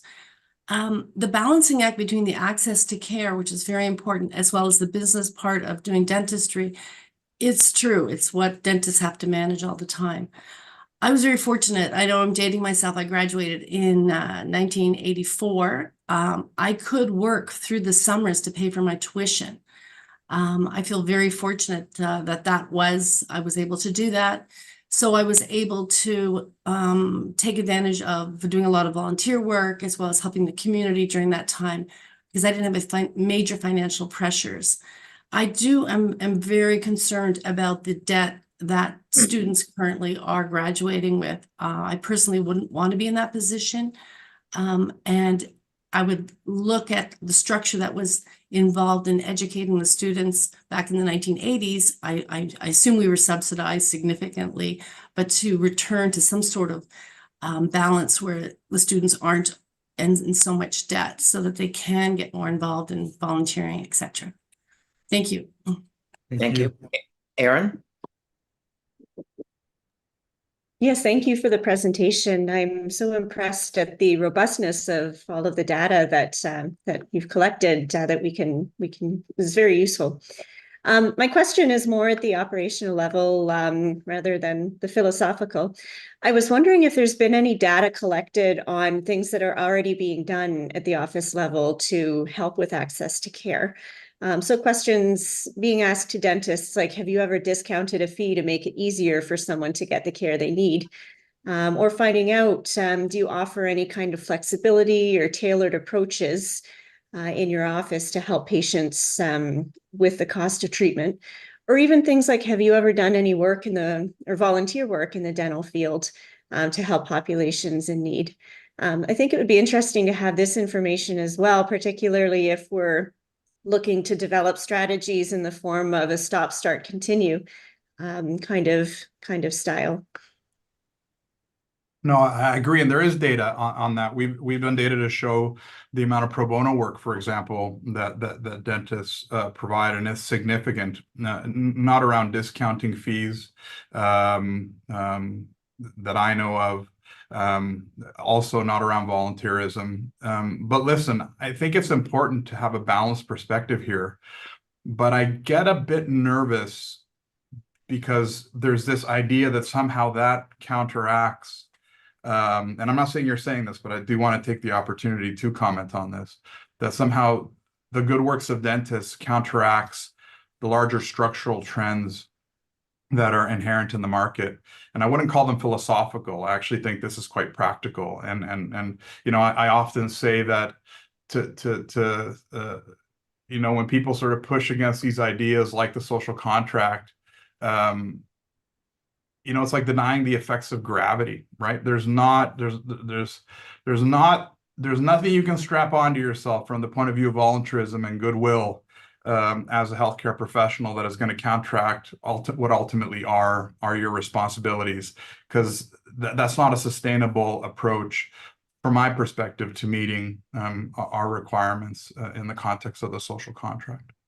So important to collect that data, but ultimately to me, it really doesn't change the main theme. But I do agree with you that it is important to know that information with respect to the interventions that you might consider in addressing this issue. Thank you. Noah? Thank you, Hanno. Thank you, Carlos. Great talk as always. My question is about the survey that you conducted with dentists about core values, and you found that 30%, almost 30% suggested or disagreed that access to dental care is not a core value for dentistry. Do you think this is actionable or changeable? And how do you think we can change that? And do you think the regulator can play a role? Yeah, most definitely. So I think this is a complex problem with complex solutions. So what do I mean by that? I think that if you remunerate dentists to the reality of what it takes to run a dental practice, you're going to move in a very significant direction with respect to opening the doors to a variety of populations, for example. I think our institutions setting an aspirational tone, right? Culture changes slowly, but it can change and more rapidly actually than people might think. I think we can turn this thing around in a decade. I also think that you can be a regulator and drop a hammer and say, you have to do this. Again, I'm cautioning against that approach because it's combative, I would argue, and I think can make the situation worse, especially given the context that we exist in today, where there's a lot of heat in this topic. Continuing professional development around this issue, and that's already happening. I'm very lucky, harkening back to Aaron's comments, I can philosophize on a screen and the RCDSO will regularly give me Core 1 status for that, which I very much appreciate because it is an important issue. So I do think there's a lot to be done, and I'll take some responsibility as an educator. We have to start from day one. I wish I had the time to show you the data on how deep this cultural ethos around the tension between dentistry as healthcare and dentistry as business runs, meaning it starts at day one. They come in as dentists, as dental students with some predispositions, which I think we can work around. And you work with me, that we're trying our best here, and I'm sure many other dental schools have their own strategies. So yeah, I think there's lots to do. Thank you. Thank you. And the last person on my speakers list is you, Harinder. Thank you, Hanno, and thank you again, Carlos and other members. I just want to clarify for our public members how dental education versus medical education is funded in Ontario. It is totally two different bases. Medical education is funded through Ministry of Health, and dental education is funded through Ministry of Colleges and Universities. And also, let me tell you that most of the money, the training in medical education is absorbed by OHIP in Ontario through hospital support and whatnot. Secondly, this might come as a surprise. Medical students get paid a stipend after their first year as they start going to wherever they go to do the physical examination or learn how to do the physical examination. So it's entirely two different things. And that's why dental education, as Carlos said, it is absorbed by universities through tuition fees. And there is some basic income units coming from Government of Ontario based on a sort of a ceiling on how many students are at the university to dental school or not. So it is a big difference between medical education and dental education in Ontario. Thank you. Thank you, Harinder, and thank you, council members, for your questions and comments. And Carlos, thank you for taking the time to come and speak to us, and thank you very much for your interesting and informative presentation. So where I'm zooming in from, it's nice and sunny, so hopefully you can have a nice afternoon, and thank you again for attending. Okay, thank you very much, everybody. Take care. Council, the next item on our agenda is the emergency class certificate of registration. As you will recall, last year, both council and staff did a considerable amount of work to ensure that the college is ready for this new class of registration. Today, we will be hearing about the supporting resources for implementation including a supervision framework and an education policy. The working group, Nancy DeSanto, Ellie Fisher, Harinder Sandhu, Brian Smith, and Osama Solomon did a great deal to get us to this point today. Andrea and Hilary Bauer have led the project from the staff side. The material for this information can be found in your package from pages 149 to 177. This is an item for discussion, and I'm going to turn it over, I think, to Hilary Bauer, Manager of Registration, to lead, to do her presentation, and then take a few minutes for questions or comments. So Hilary, I'm turning it over to you, please. Thank you very much, Hanno. Can you hear me okay? Yes, we can. Okay, great. So as Hanno said, I'm going to be providing you with an update this morning on the implementation of the Emergency Class Certificate of Registration. And I'll be going over a package of resources that staff have been working on to support the implementation of the class if and when the class is opened. And of course, with the support of the working group that Hanno mentioned that I will speak to again in a moment. Next slide, please. So for today's discussion, first, I know it's been some time since we've had the opportunity to speak about this, so I'll do a bit of a refresher for everybody on the development of the regulation and the requirements under the regulation. And then I'll take you through each of the tools and resources that we've developed in order to be able to get your feedback for some discussion at the end. As I said, we're looking for your feedback today and really your reactions to the materials. Next slide, please. So last year, you may recall that the ministry required all 26 health colleges to create an emergency class of licensure. This direction really came about as a result of the COVID-19 pandemic and was introduced as a part of the ministry's plan to stay open. So the intention presumably was to bolster Ontario's human health workforce planning in the event of emergencies.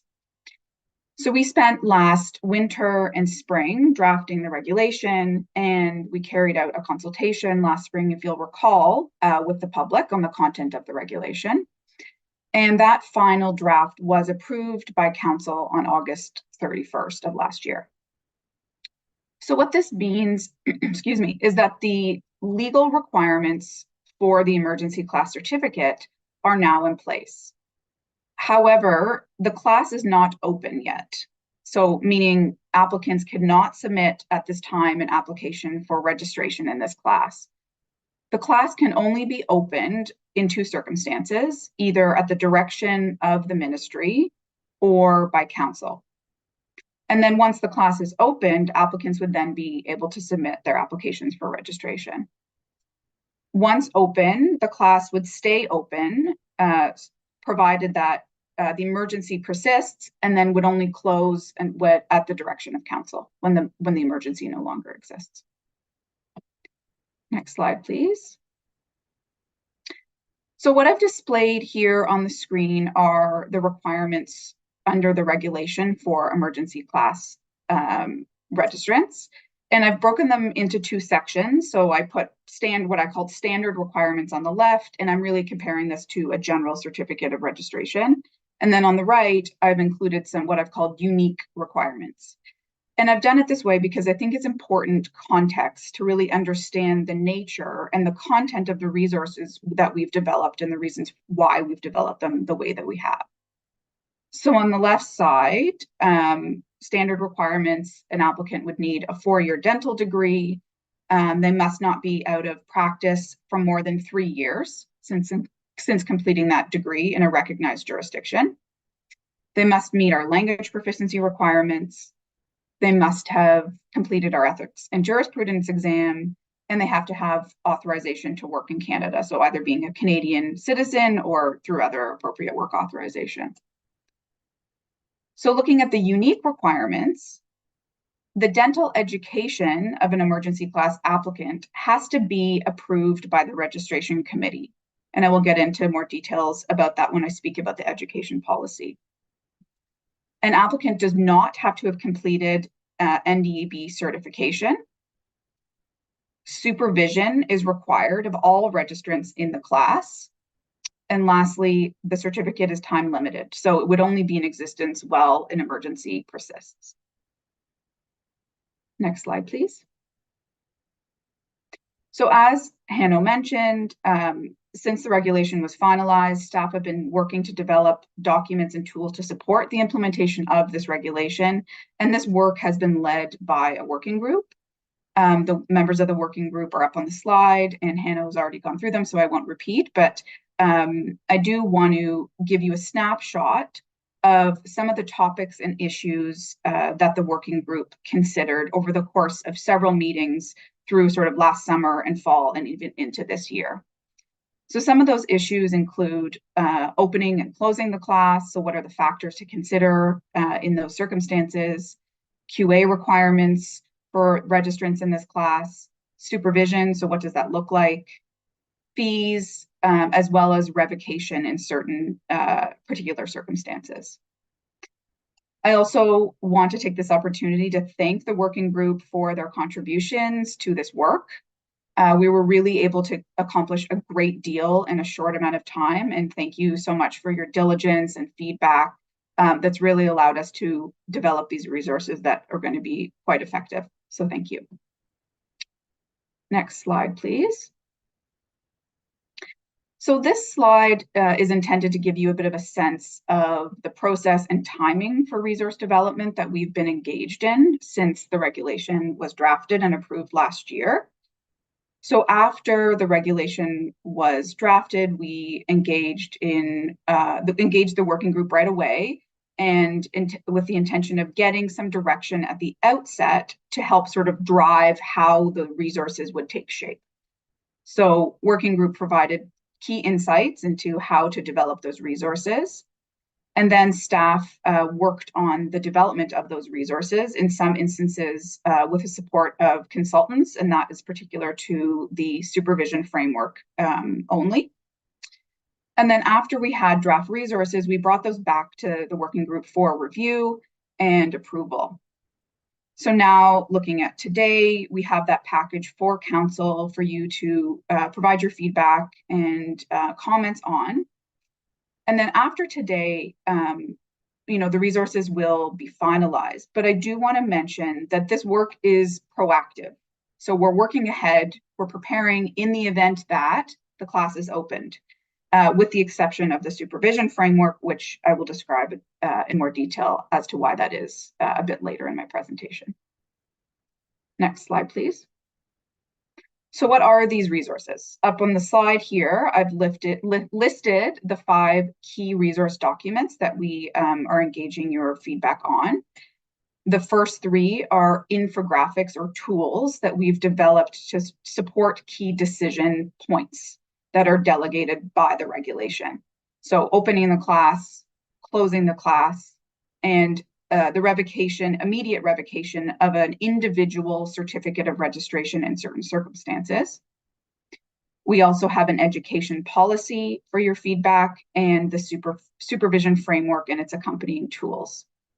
And as you'll see up on the slide, I've sort of marked which ones we've developed proactively, again, not including the supervision framework, which I'll explain a bit later. Next slide, please.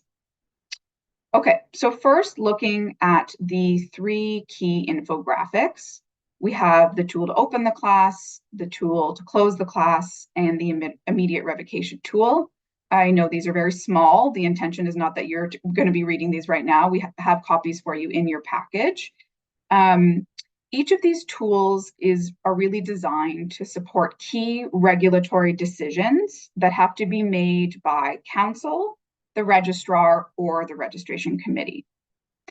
And as I said, to open the class, to close it, and then in revoking an individual certificate of registration in circumstances where the registrant might be incapacitated, for example, incompetent, or there may be another conduct issue that could threaten public safety. And the aim of these resources is to really bring some structure to these broader decisions that have to be made, and in order to bring some consistency and transparency to those broader decisions. What we wanted to do was have these infographics help guide that decision making to ensure that it's evidence-based, that it's rooted in public safety and really made with human health resource planning needs in mind. So as I said, I'm not going to go into the details of all of the factors today, just in the interest of time, but I do look forward to your feedback, and I'm open to answering any questions about these at the end. Next slide, please. So moving next to the education policy. So this policy is intended to support the registration committee and by delegated authority staff when making decisions on applications of registration as to what constitutes an approved education program for an emergency class registrant. And that is listed in the regulation that the registration committee has to approve the education of applicants in this class. As a reminder and key to why this policy was developed, the NDEB certification is not required to be registered in this class. So the policy is intended to fill out the details on what competencies and education will be accepted to be registered. The goal is to really ensure that applicants have obtained an education that's consistent with other registrants in other classes and is appropriate for an emergency context. And it's also intended to ensure that it's consistent with the knowledge, skills, and abilities document, which was developed by the Canadian Dental Regulatory Authorities Federation, so CDRF, in partnership with the Association of Canadian Faculties of Dentistry, the Commission on Dental Accreditation of Canada, and the NDEB. Next slide, please. So what is in the policy? The policy states that the dental education of an emergency class registrant will be approved in basically 4 scenarios. So first, where it's obtained, where the 4-year dental degree was obtained from a CDAC accredited school. So a school that's been accredited by the Canadian Accreditation Agency. Next, where the education was obtained from a body that is recognized by CDAC as equivalent to a Canadian dental degree. And right now that includes the United States, Australia, New Zealand, and Ireland. And then third and fourth, where education is not accredited, the applicant has either completed what's called a qualifying program. So basically that's the last 2 years of dental school at a CDAC accredited faculty of dentistry, or certain components of the NDEB's equivalency process. So that's the first 2 exams. It's made up of 3 exams. The first 2 exams, the assessment of fundamental knowledge exam, the assessment of clinical judgment exam, and then the third exam, the NDEC, the clinical skills component of that exam. There's 2 sections in the NDEC exam. One is the clinical skills component and one is the situational judgment component. So under this policy, applicants will only have been required to have completed successfully the skills component of the exam.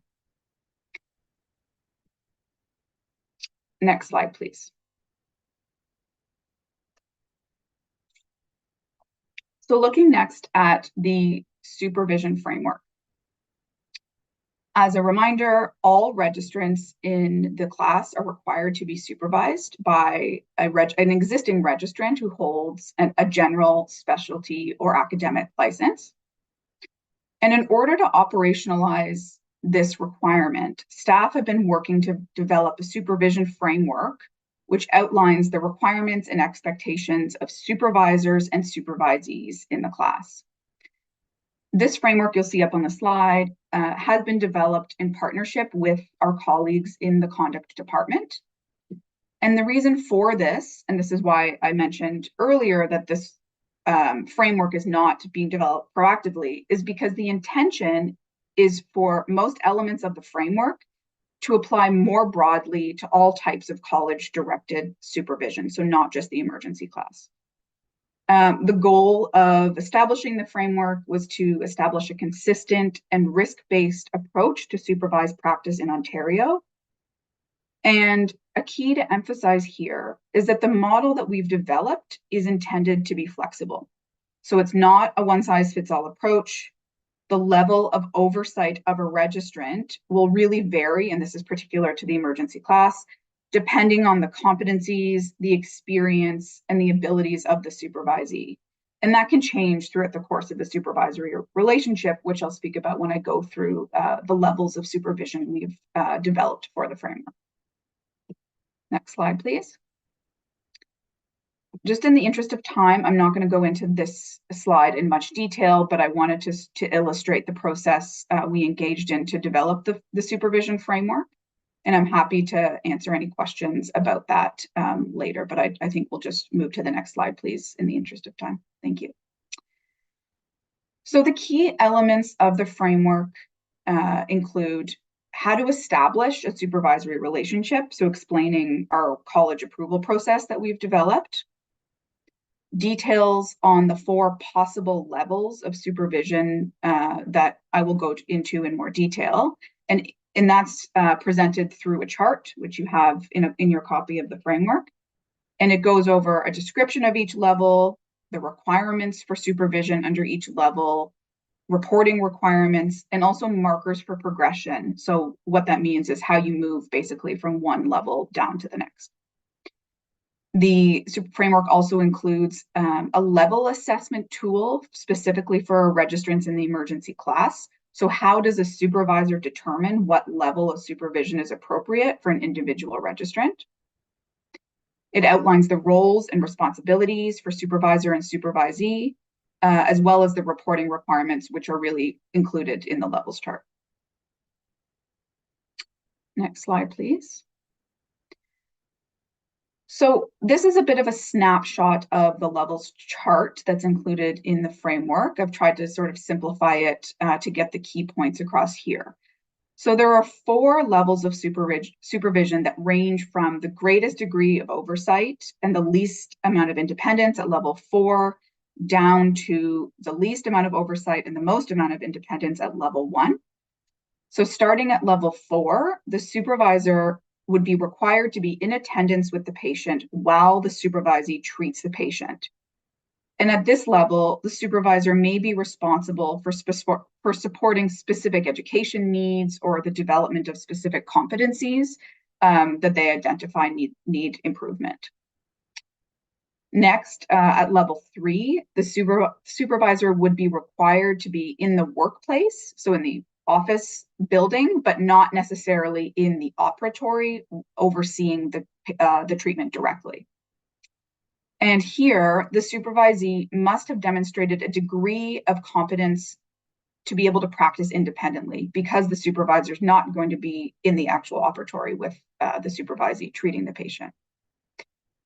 Next, at level 2, and there's sort of 2 parts to this one, the supervisor must be accessible. So that doesn't mean, that means that they don't have to be in the building, but they have to be accessible either on call, so on the phone, virtually, through another form, or at a prearranged time to provide input and guidance to the supervisee.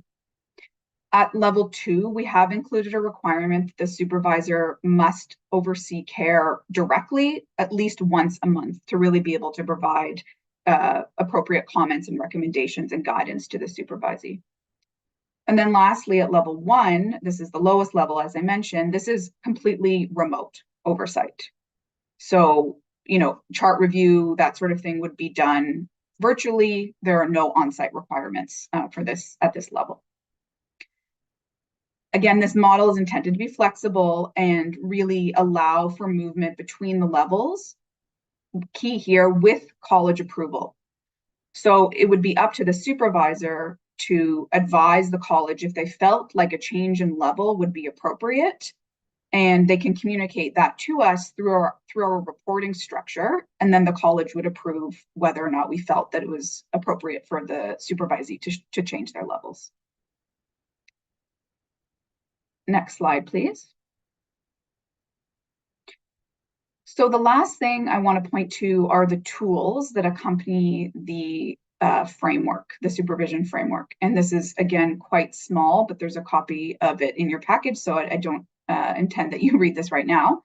But the first tool is a supervisor's level assessment tool, and this is specific to the emergency class. And this is intended to support a supervisor's decision-making in the initial placement of an emergency class registrant in their supervisory level. So the tool outlines some key considerations, including, what's the education of the applicant, what's their experience, what are their competencies, and also based on what type of practice model the registrant would be working in. So are they working in a busy practice with lots of other associates, in a not a remote location, or are they going to be working, in a more remote location with less access to other individuals? We also developed a self-assessment tool to help inform the supervisor's assessment of the level to start in. And it's up to the supervisor to determine the level. So this is more just for insight for the supervisor to gain some more insight into how the supervisee sees their own competencies and skills. And then lastly, we have a supervisor approval form. And the form incorporates both the eligibility requirements that we developed with the working group's direction, and also considerations of conflict of interest concepts right into the form itself. Next slide, please. Okay, so just before we get to the discussion questions, I want to provide you with some next steps. So although we have the resources in place, or the almost finalized resources in place, we are still working out some of the logistical and operational elements for the emergency class. And really what I mean by that is technology. So we are nearly there, but we still have some final pieces to put together in terms of the application and the tech to support the supervision model. And if and when the class is opened, at that point, communication materials would be developed for the profession and the public around the requirements for the emergency class, submitting applications, and also the supervision model specifically. So the resources we've developed will be kept on reserve, as I said, for use if and when the class is open. Last slide, please. So just a few questions up on the slide for Council's consideration. Do you have any feedback or reactions to the materials we've developed? Does Council anticipate any issues or have any feedback on the approach that we've developed to supervision in particular? Happy to take any questions as well. Thank you. And thank you very much, Hilary, for that fulsome presentation.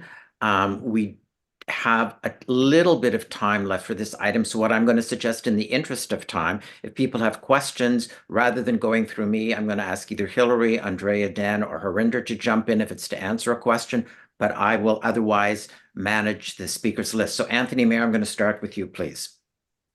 Thank you. I'll keep my question really brief. I appreciate, how much work goes into these committees, but I'm just looking at it from a common sense standpoint, which I know is challenging with this particular issue in general. But the level 4 supervision with the supervisor in the operatory with the patient, remember, this is a situation of emergency where we do not have enough available providers. So I just do not understand the rationale of taking somebody who would otherwise be capable of providing care and having them supervise somebody who's probably not going to be as capable of providing care. It does not seem to me to be consistent with the whole idea, which is to increase more access to care in an emergency. So I would just appreciate if somebody could educate me on what the point of a level 4 supervision would be. Thank you. Sure. Thank you for your question. I think I'll say a couple of things. So first of all, I think just as a reminder, the framework was really developed for more than just the emergency class. So it's possible that there's circumstances in other reasons, like for conduct, for example, why a level 4 supervision would be appropriate. Additionally, just as a reminder, some registrants in this class may not have completed NDEB certification. So that doesn't mean that they have to enter at a level 4, but we wanted to make sure there was a level that accounted for somebody who may not have demonstrated their competence through completing NDEB certification. So I think we just wanted to have a full spectrum of options I mean, you're right. I think it depends on the nature of the emergency also. But, you know, we wanted to make sure there was an option for the registrant who did require that degree of oversight, depending on the context. Does that help answer your question a bit? Good enough for now. Thank you, Hillary. Thank you, Judy. Yes, thank you. And thank you, Hillary. I'm just wondering, I actually have two short questions. The first one is, to what extent does the emergency class registration dovetail, if at all, with registration of internationally trained dentists? And also, to what extent is there a needs assessment being conducted on any kind of a regular basis to see what the demands in the market are? Because from the previous presentation, we can see that the population to dentist ratio is going down. So fewer patients per dentist, in, you know, broadly speaking. So I'm just wondering if you can answer those questions. Sorry, could you just repeat your first question again, Judy? I know it relates to I was international asking, trade, but yeah, I was asking, you know, to what extent does the emergency class registration process that you've developed dovetail with a process for maybe fast tracking ITDs in the event of an emergency? so, I mean, I think I can say, and Andrea or Dan or Harinder or any other member of the working group is welcome to jump in at any point as well. I think it allows for considerations of that possibility. So, for example, the fact that you don't require NDEB certification, or considerations of what part of the equivalency process an internationally trained dentist might be in. So I think the education policy specifically was designed with that in mind. As for your question around the supply of dentists, I mean, I don't really know how to answer that, because I'm not sure we have the data necessarily to be able to support a direct answer on that.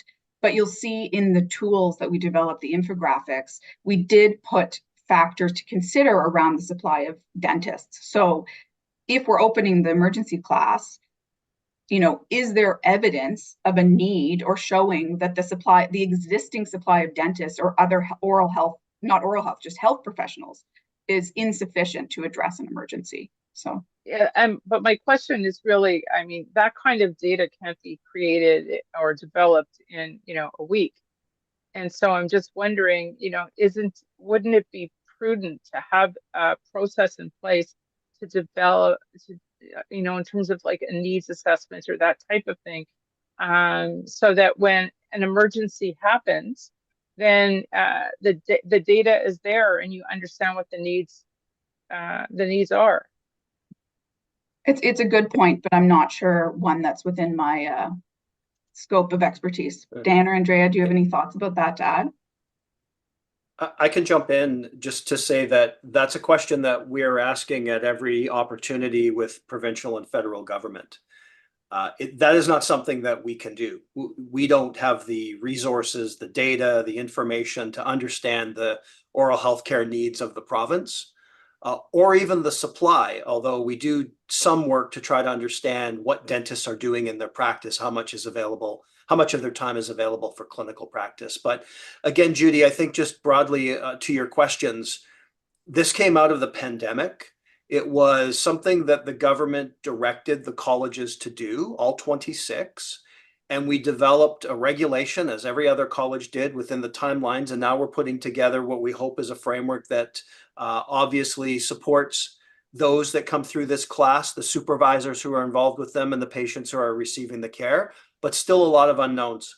And certainly we're trying to understand the health supply situation or the labor supply situation, but we don't. And I think we'll just keep asking, and we'll also keep ensuring that if the ministry wants to invoke this class with the RCDSO, we'll have to have more information to go on. Thank you. Okay, thank you. Erin?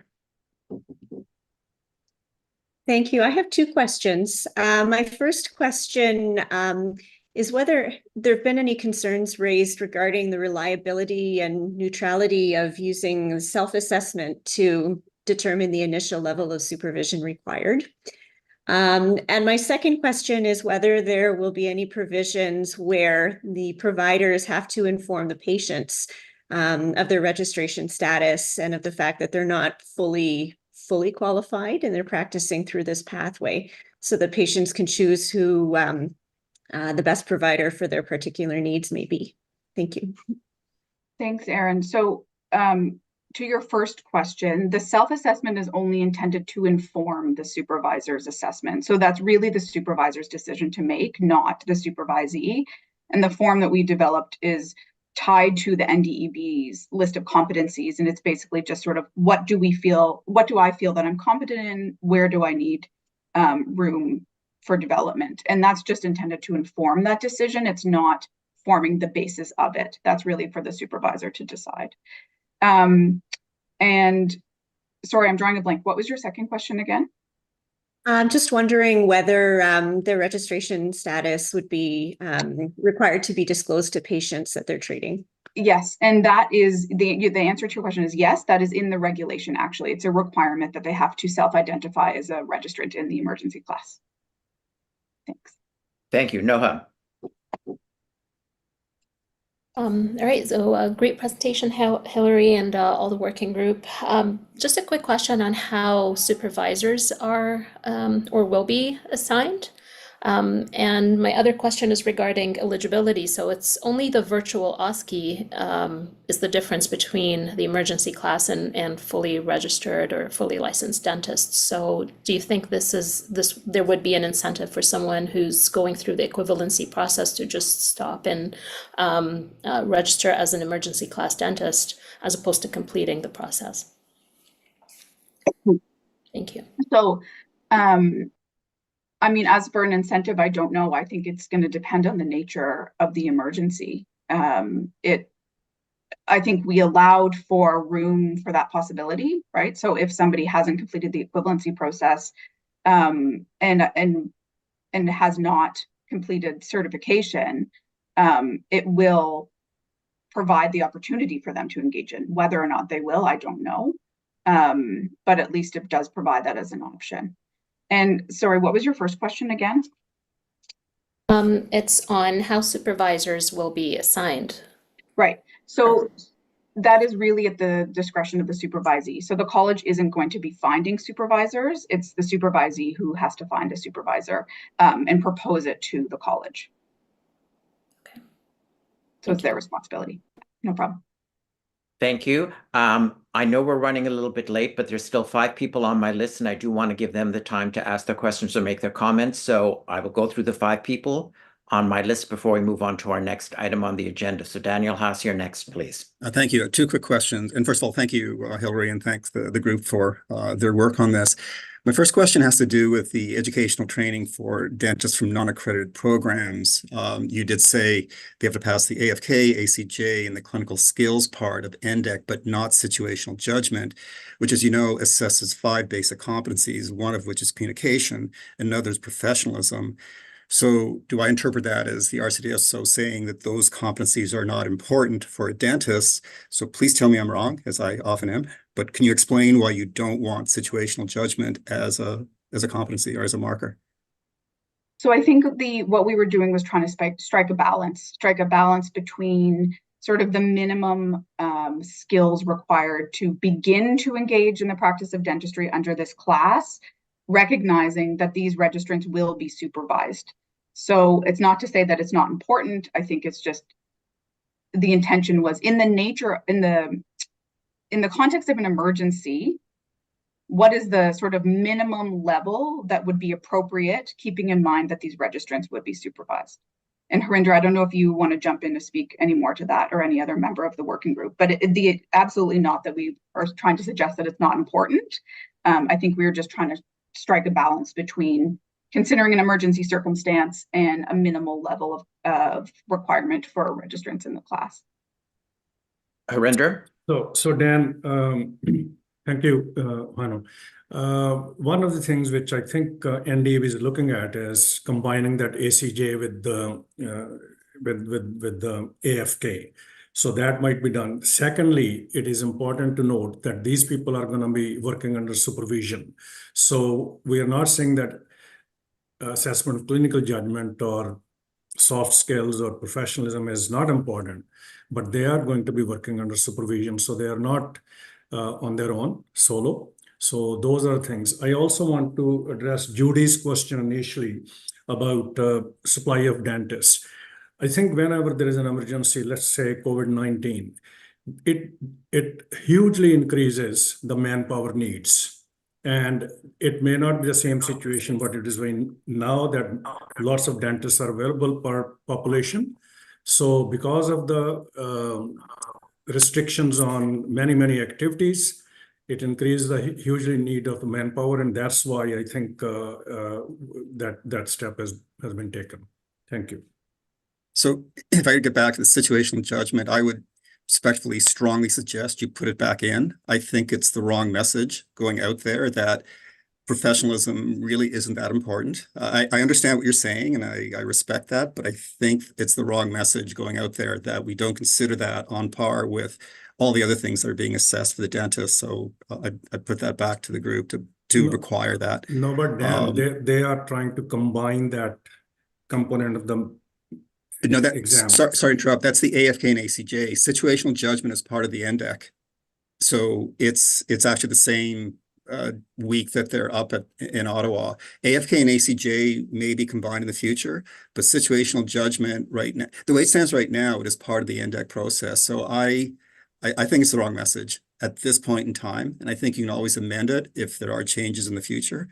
But I just think it's the wrong message to say those competencies are not required going forward. But again, I'll leave it up to the group. And just one other quick question.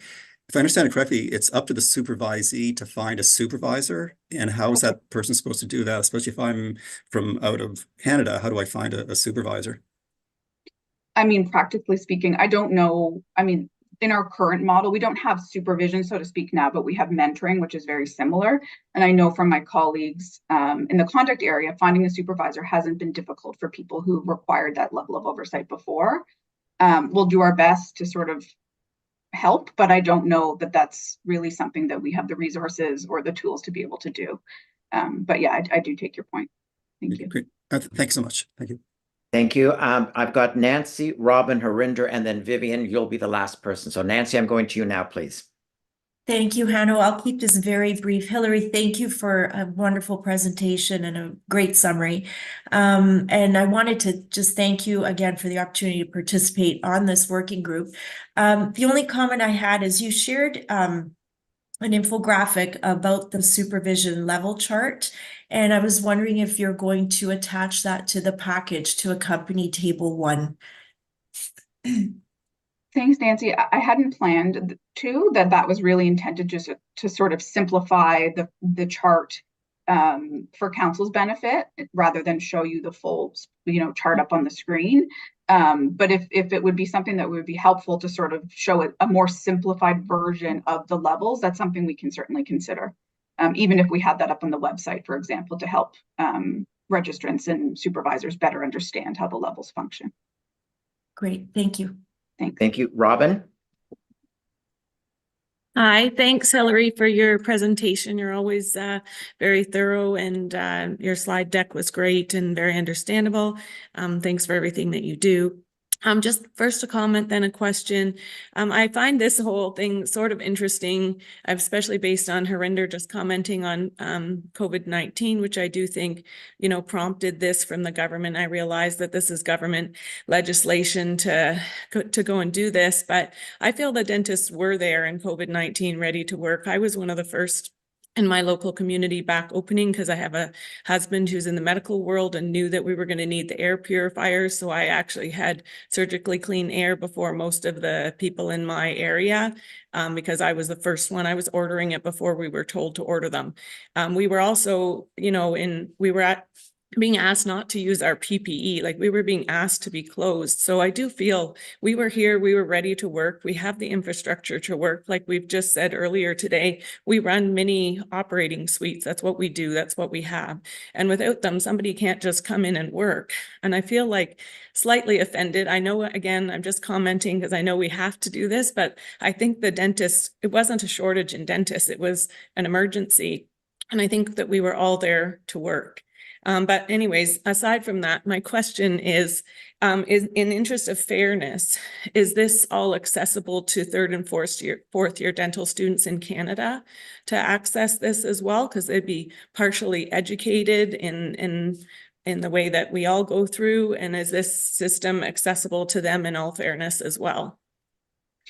Thanks, Robin. So as it currently stands, the education policy would require completion of a 4-year dental degree. So I think that would rule out, undergraduate or students engaged in the first 4 years of a program, but it doesn't rule out people who may be taking a master's program or a PhD. Registrants typically have an education or grad certificate to engage in that type of program, and they would definitely be able to apply to be registered in the class. Thank you. Vivian. Thank you, Hanno. And thank you, Hillary and the working group for such wonderful work. I just have a question for this protection of the public. So if there's any situation where the person, can they be complained about, or is it like because they're being supervised that they're totally protected? Thanks, Vivian. Yeah, there would be nothing precluding somebody from complaining about an emergency class registrant. And additionally, the tool for immediate revocation that we've developed, there's a specific provision in the regulation that allows the registrar registrar or registration committee to revoke an individual certificate. So if the college ever became aware of a circumstance where, conduct that was contrary to public safety, there is that tool that we can draw upon to actually revoke an individual certificate in order to protect the public in that circumstance. But that also doesn't preclude, at the same time, having a complaints process would absolutely be available to a patient and the investigation process as well. Great, thank you. Thank you. Harinder, you were on my list, but your hand is down. So have you made your comment, or do you still have something you would like to say? Hanno, I want to wait until all the questions have been asked. Fine. Okay, so Anthony Lisho, you are my last speaker then. Thank you very much, Hanno. First of all, I completely want to agree and emphasize what Robin just mentioned. I think the situation that prompted the government to think about the situation was the COVID-19 incident, but as Robin clearly pointed out, that we were all there ready. It's the government that closed down and didn't make our services available. Hillary, a great presentation, very, very thorough, and compliments to you and your committee. And my last point is that regardless of what we do and how we prepare for this, in the end, it seems to me, again, that it'll be the provincial government that says, you're implementing. Hopefully they'll listen to us and hear what we have to say about the need for, as would have been in the case of COVID-19. But in the end, if politically they want to implement, they will just ask us to implement. Thank you very much. Thank you. I know we've gone over, but hopefully based on the comments and the questions made, people think that this has been worthwhile. I think lots of good questions and points have been raised. And Harinder, I'm going to turn it over to you before I move on to the next item on the agenda. Hanno, I think Ram's hand was up as well. Oh, I'm sorry. It's not registering on my screen, Ram. Okay, very quickly, well, wonderful presentation, Hillary.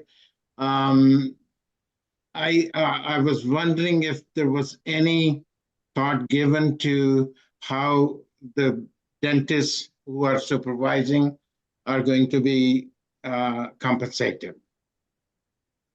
Thank you for your question. So the framework does speak very briefly to that question, and really it would be up to the supervisor and the supervisee to arrange payment if they wish.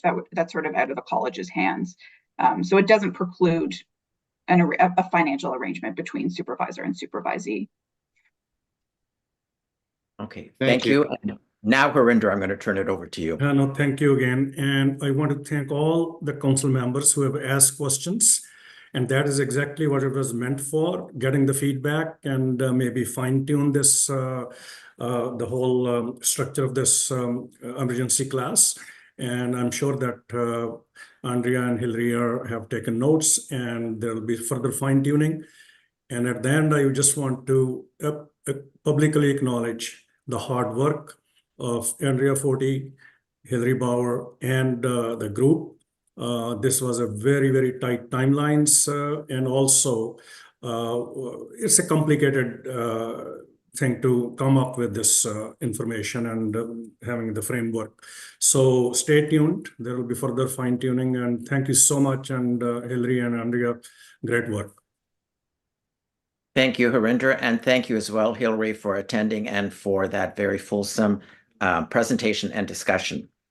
The next item on our agenda is being led by the Governance Committee. This item proposes bylaw amendments that would add subject matter experts to the Inquiries, Complaints, and Reports Committees. This follows a decision Council made in September 2023 to create a new category of committee members, subject matter experts. The material for this item can be found on pages 178 to 188 of your meeting package. There is one governance item for this morning for Council's decision, and I'm going to turn it over to Ann Carlin, our Governance Committee Chair, who will be walking Council through this material. Ann. Thank you, Hanno, and good morning, Council members. As part of its ongoing work on governance modernization, Council is being asked to consider and approve a bylaw amendment to expand the composition of the Inquiries, Complaints, and Reports Committee, ICRC, to include up to 4 subject matter experts. This item is for Council's decision. I will briefly summarize key considerations. The composition of the ICRC is detailed in the Health Professions Procedural Code under the Regulated Health Professions Act and the RCDSO bylaws. The code specifies that a panel of the ICRC must be composed of at least 3 persons, at least one of whom shall be a public member of council. Under Bylaw 4, the minimum composition of the ICRC is at least 8 council dentists or non-council committee members and at least 1 public council member. Currently, the ICRC is composed of 21 dentists, 3 council and 18 non-council, and 7 public members to manage the case volume. The ICRC typically sits in panels of 3 people, 2 dentists, and 1 public member.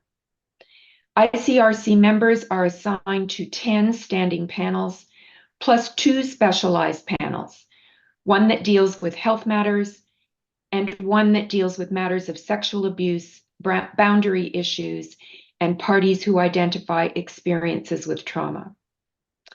The ICRC chair selects the individuals with the most experience to sit on the specialized panels.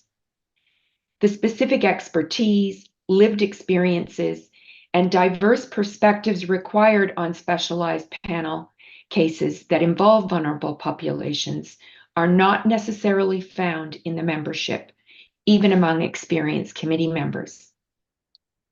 Last September, Council passed new bylaw provisions to create a new category of committee members, subject matter experts. Subject matter experts are individuals external to the college with specific expertise required for certain committees as set out in the bylaws. Currently, the bylaw provisions do not permit the appointment of external individuals to the ICRC with specific expertise for the specialized panels. It would enhance the collective knowledge and experience, deliberations, and decision-making of the ICRC to have the ability to add committee members with expertise in areas such as trauma-informed adjudication and mental health and addiction. And it would create the opportunity to recruit for a specific skill set that the committee requires and allow for the inclusion of diverse perspectives and lived experiences that are not represented on the council or within the group of dentists that apply to serve on committees. Of particular interest would be the option of adding a subject matter expert to the 2 ICRC specialty panels, one for incapacity and one for sexual abuse and boundaries. Governance modernization trends include committees composed entirely or partially of persons not on the governing board. Adding a subject matter expert will not replace the public member required to serve on an ICRC panel. The subject matter experts are intended to enhance the expertise of dentists and public members on panels. There will be flexibility at the discretion of the ICRC chair and director PCRA as to how the subject matter experts are used on panels. The bylaw amendment would allow for up to 4 subject matter experts to be appointed to ICRC, depending on the needs of the committee and how many applicants meet the competencies. If approved, the competencies for the ICRC subject matter experts will need to be developed to inform recruitment and appointments. Staff will engage in recruitment for candidates with the required expertise and competencies. And as with other committees, candidates would be selected by the Governance Committee and recommended to Council for appointment. I will now turn it back to Hano to facilitate discussion and present the motion, please. Thank you. And I'm wondering if what we could do, please, is actually have the motion put on screen so that people can see what the proposed amendment is. And then I will open it up for questions to either Anne, Lara, or Dana. So what is being proposed is amending it to include up to 4 subject matter experts who meet the competencies specified by the Governance Committee. So that is what Council is being asked to consider. So again, if I could just have the motion taken back off, and now I will start a speakers list for questions. And Rod, you're first on my list, please. And thanks very much. Good proposal. Having sat on discipline committees, I can see the value of subject matter experts. My question, Anne, has any consideration been given towards the cost element of doing this and how to recover this? This could be, if up to 4 subject matter experts are appointed, be a considerable amount more, as I know what these skills and specialties cost per day. I'm going to ask Dan or Dana to respond to that one, please. I mean, I can, I'll speak generally, and Dana or Lara or Jill Slaughter might be able to jump in. I think, Rod, that first of all, we have a prescribed rate in the bylaws for subject matter experts, so they're not coming with their own rate. Secondly, we are not saying 4 will be appointed. We are looking at up to 4, and they will have very specific skill sets. So it may be 1, it may be 2, it may be 4, but that's going to depend on the demand or the need. And they will also be part of panels which may require their participation for the full panel discussions or may not. So there's a number of factors. We have looked at the costing. I will turn it over to one of my colleagues who can maybe talk more specifically about that costing, but definitely I don't think it's going to be as great as you might be thinking when you ask that question. I can follow up, and then Jill, if needed as well. We did look at this, as Dan said, as part of the analysis, and we think the cost will be, somewhat minimal. There is a lot of discretion on how and when these subject matter experts will be deployed for specific panels, and there is a set compensation for them, as Dan said, in the bylaws. there may be some increased cost of having these additional persons attend sort of the plenary or training sessions, but then, you know, they would be likely deployed where the composition of most of the panels would remain at the set 3 people. So the compensation for the panel meetings would be the same, perhaps with the exception of the health panel, which meets infrequently, which may have 4 people. So an additional cost for perhaps 4 or 5 half-day meetings in a year. But Jill, again, I'll turn it to her for any more specifics that I might not have.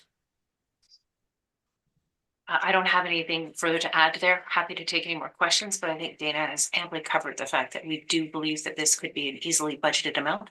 And we think that any amounts would be.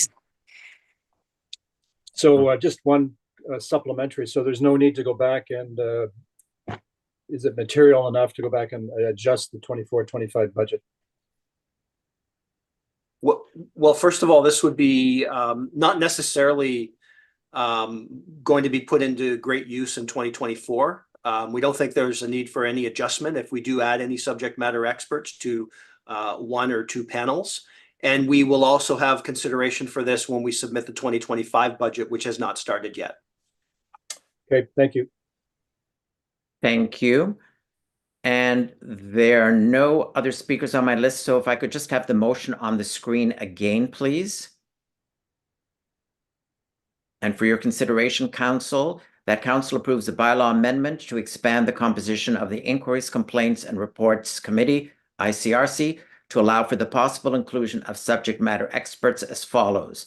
The Inquiries, Complaints and Reports Committee shall be composed of the following members: at least 8 members of the College who are either elected or selected members of Council or non-Council committee members, at least 1 public member of Council, and up to 4 subject matter experts who meet the competencies specified by the Governance Committee. And since this is a bylaw amendment, it will require a 2/3 majority. So I'm just going to go down my list. I see Rod has his hand up first to move it, seconded by Ram. All those in favor, please indicate by raising your virtual hand and leave it up so that Angie and I can do the count. And what we would need is a minimum of 17 people to be in favor.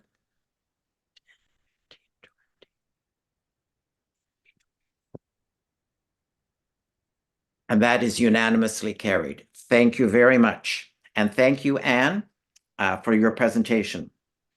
The next item on our agenda is about the Canadian Dental Care Plan. You initially heard some updates on the CDCP at our meeting in March. Today, Council has a further briefing note in your package at pages 189 to 194.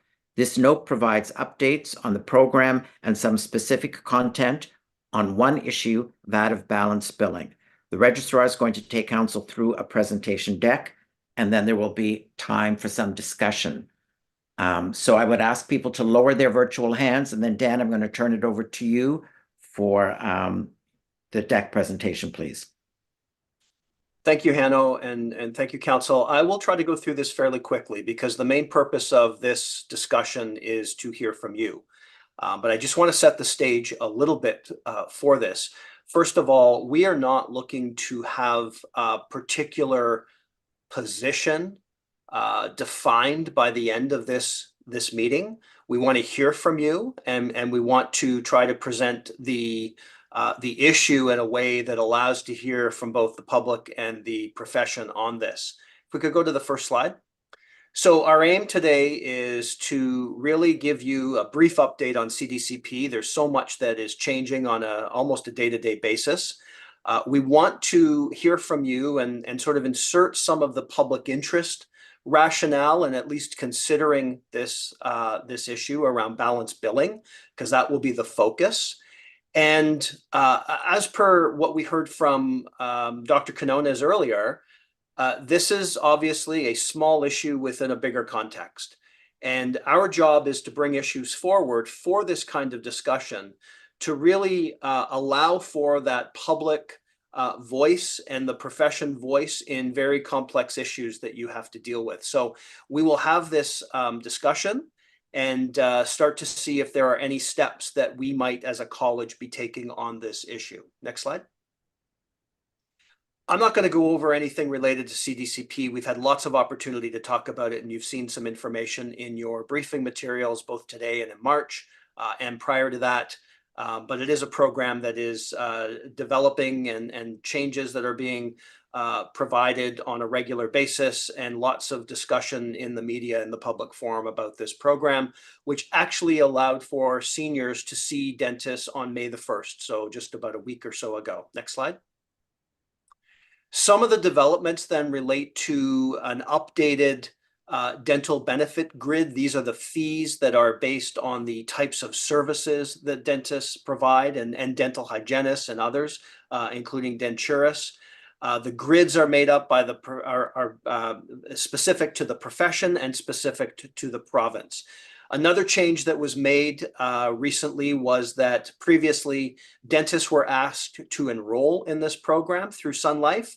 That will change as of July 8th, and dentists will be able to see patients and submit claims without formally enrolling in Sun Life.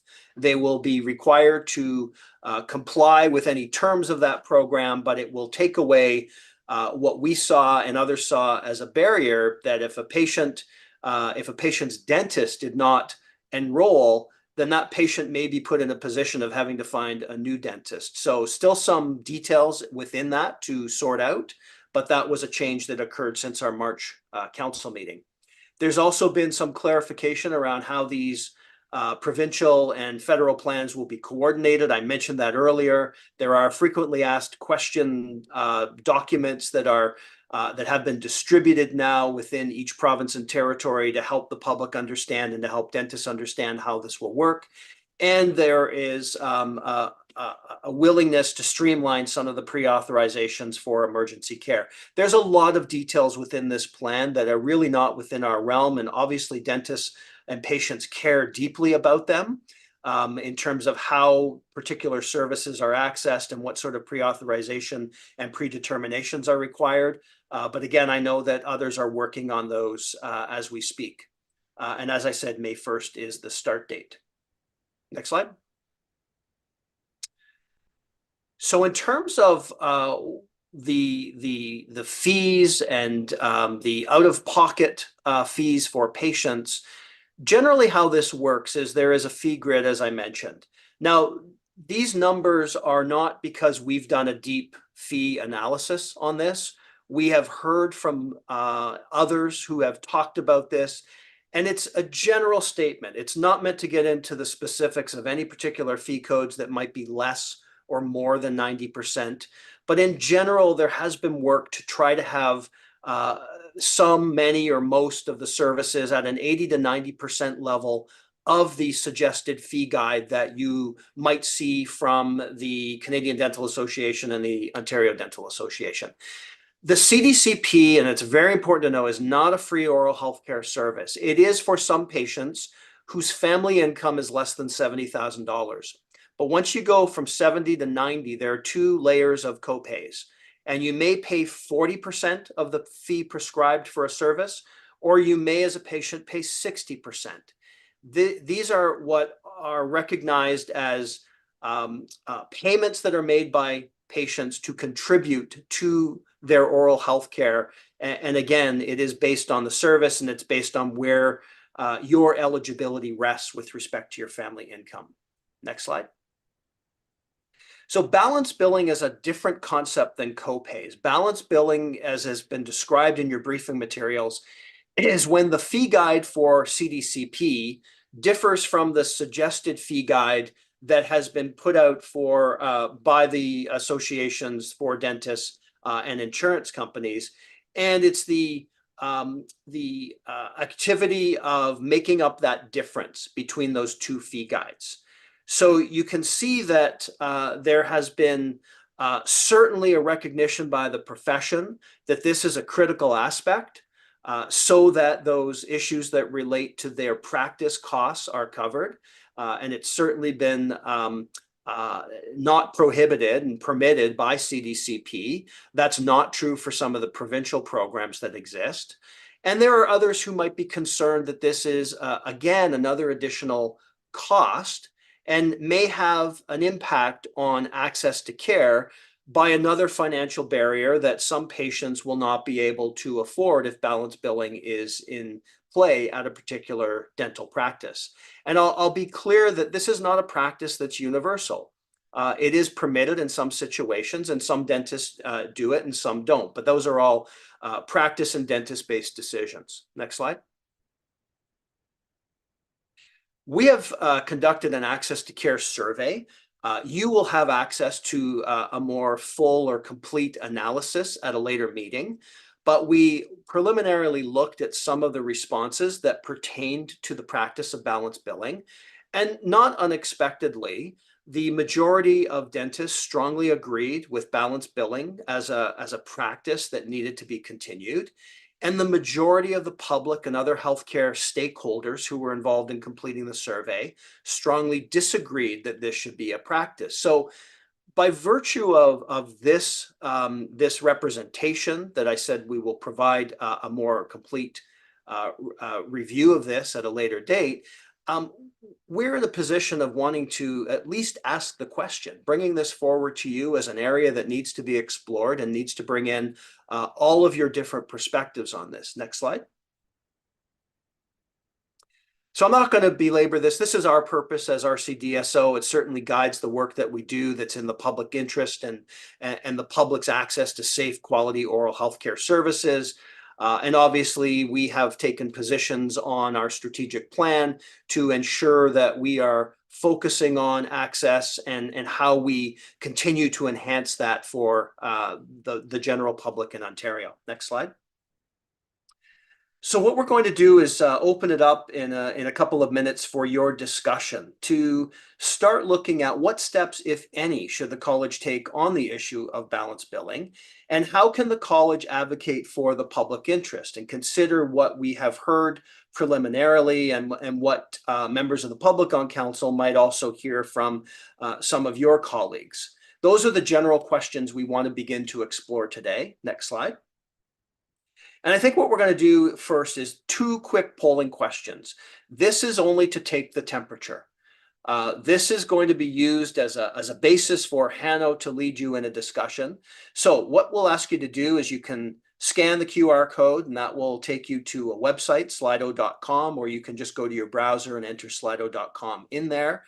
It should pop up in terms of an entry code, and that's the code that we are asking you to enter, 3106791, and that will take you to the 2 questions. And I'm just going to give you a moment to do that. And again, if some of you are having difficulty, we will try to help you behind the scenes, but we'll also, we're not using this for any purposes other than to just see where council members are with respect to a couple of questions. So I'll give you another 20 seconds to access.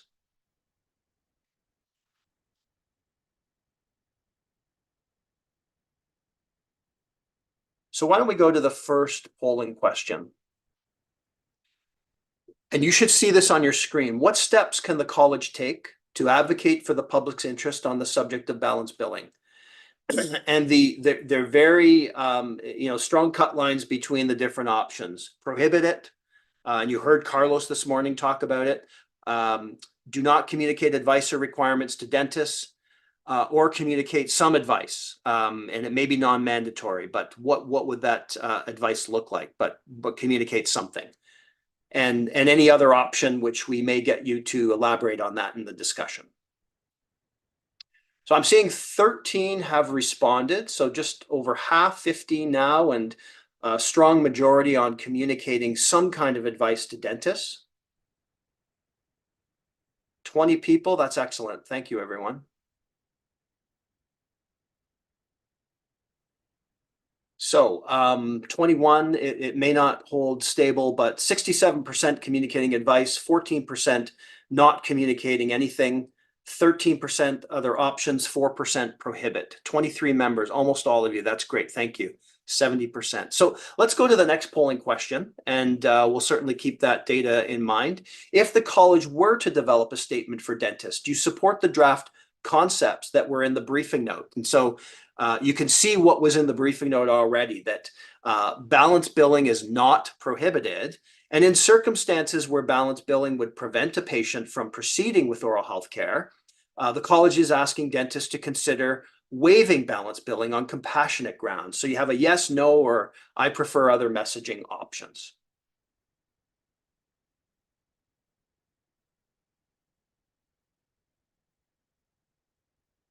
So about 17 have responded.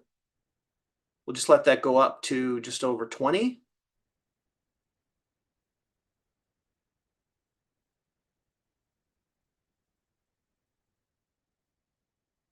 So 22 responses, just over half, 59% at a yes, those statements are appropriate, and there may be others. Other messaging at 30%, and not using these concepts or this language about 9% of you.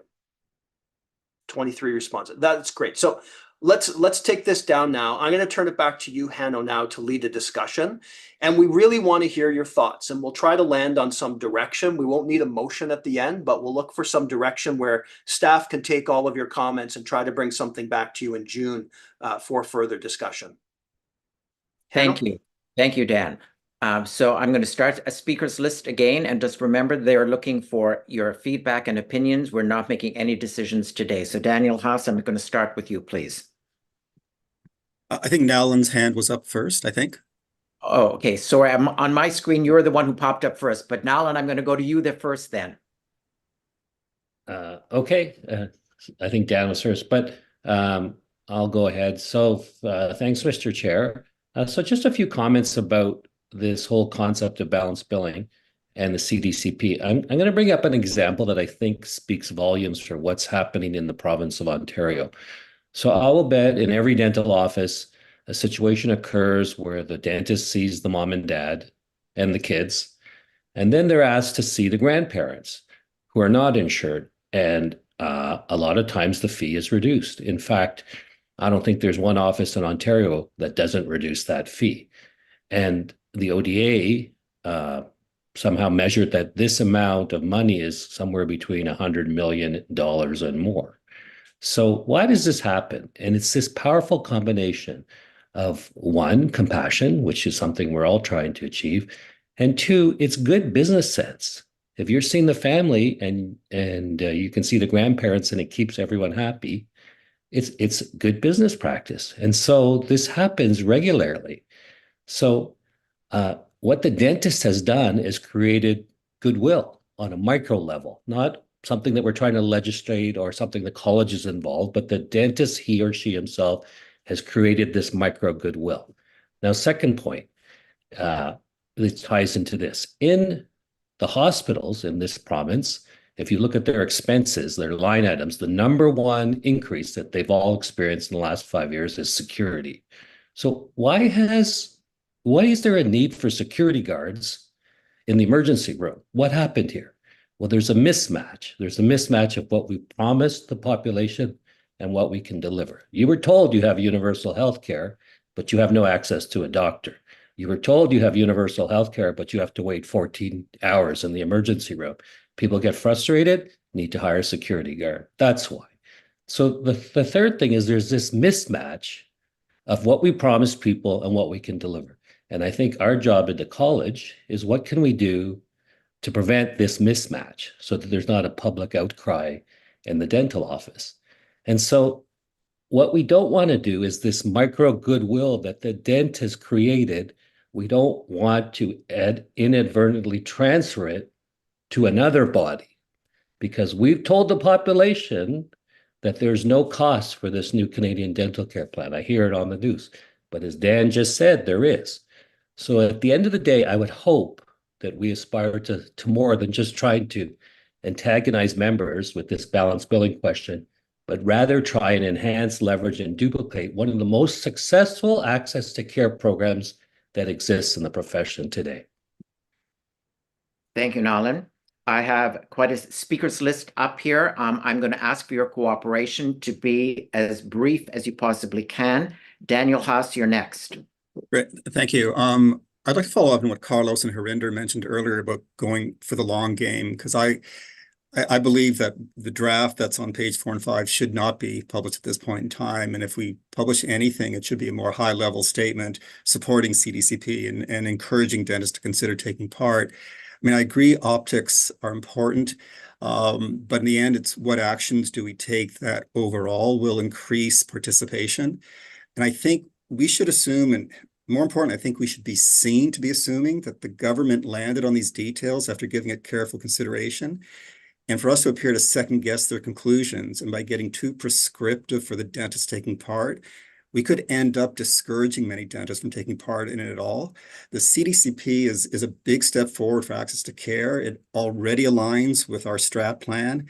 So at this point in time, I don't think we should try to micromanage the details. And I think we should stay silent on the specific item of balanced billing, because I think that will be more effective in the long run. Thanks. Thank you. Aaron. Hanno, Yes. sorry, I'm just interjecting because your queue might look different from what I'm seeing on my screen and others. So as long as you're able to get to everyone, but just to let you know that some people in the queue here are lined up differently. Okay, I appreciate that feedback, Dan, but honestly, what I'm doing, I'm going to the top of my screen as the hand goes up and I'm entering on my list. So I have 7 people on my list. So I am checking to make sure, hopefully, I mean, I'm asking the order that I see. Hopefully it's the same order that you're seeing, but if not, rest assured I'm not missing you. I'm just following the order on my screen. Aaron, you're next. Thank you. I do not support making a statement on balanced billing right now. I feel at this point doing so would be against the public interest, and it would be detrimental to the success of the plan, as others have mentioned.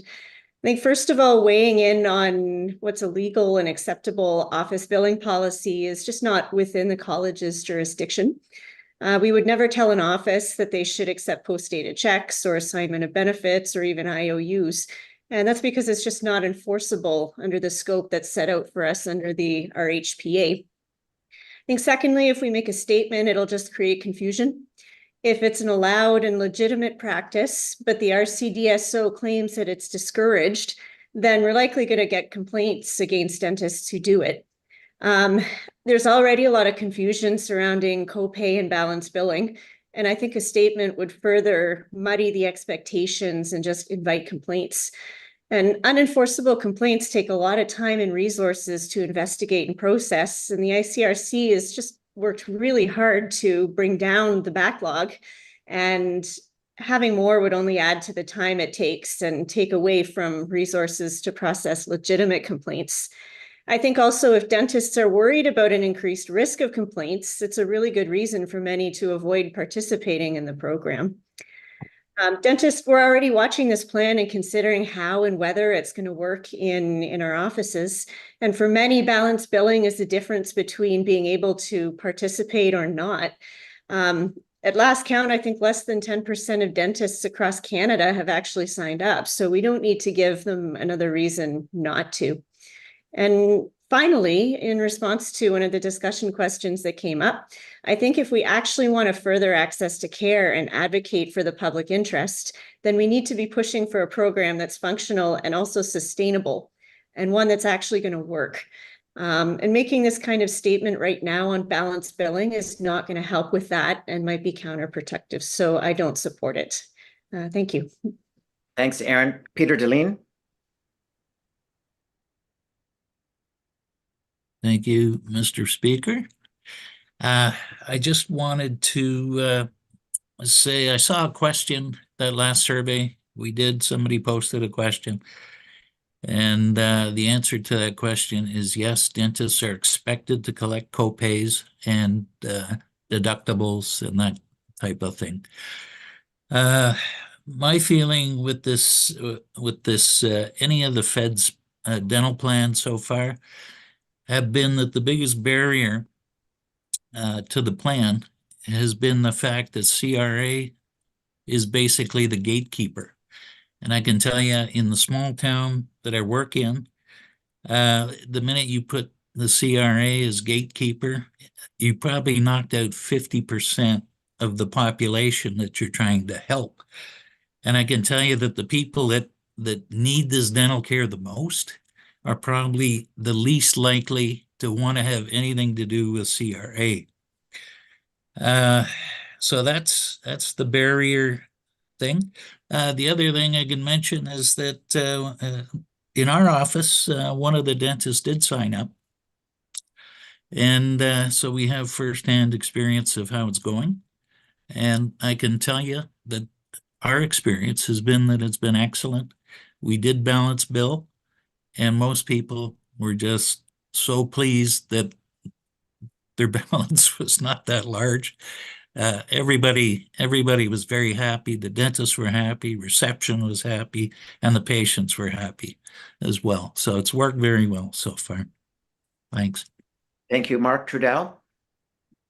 Thanks, Mr. Chair. Point number one, I wholeheartedly agree with the comments and support the comments put forth by Dr. Aaron Walker a few minutes ago. I echo those comments entirely. Point number two, with regards to any public communication, any communication concerning the CDCP to the public, I'd recommend that such communication take into account and reflect very seriously on the theme of the social contract that Dr. Quinones made reference to earlier in our meeting today. Point number three, on the topic of means to communicate or inform the profession with respect to this subject matter, be it balance billing as it pertains to the CDCP or other similar touch points. Perhaps the college could make use of other portals, such as the portal of continuous education.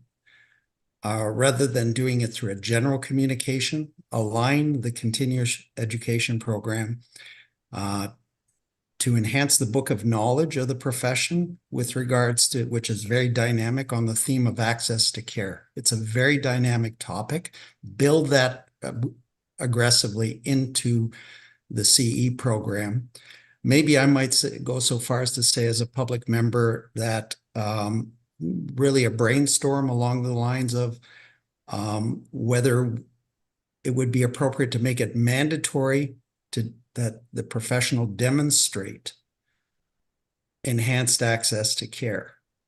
Demonstrate what means they have done as aligned with securing CE credits. That is to say, you demonstrate over the past year what you have done as a professional, and somehow or another there's a recognition to that effect through CE credits.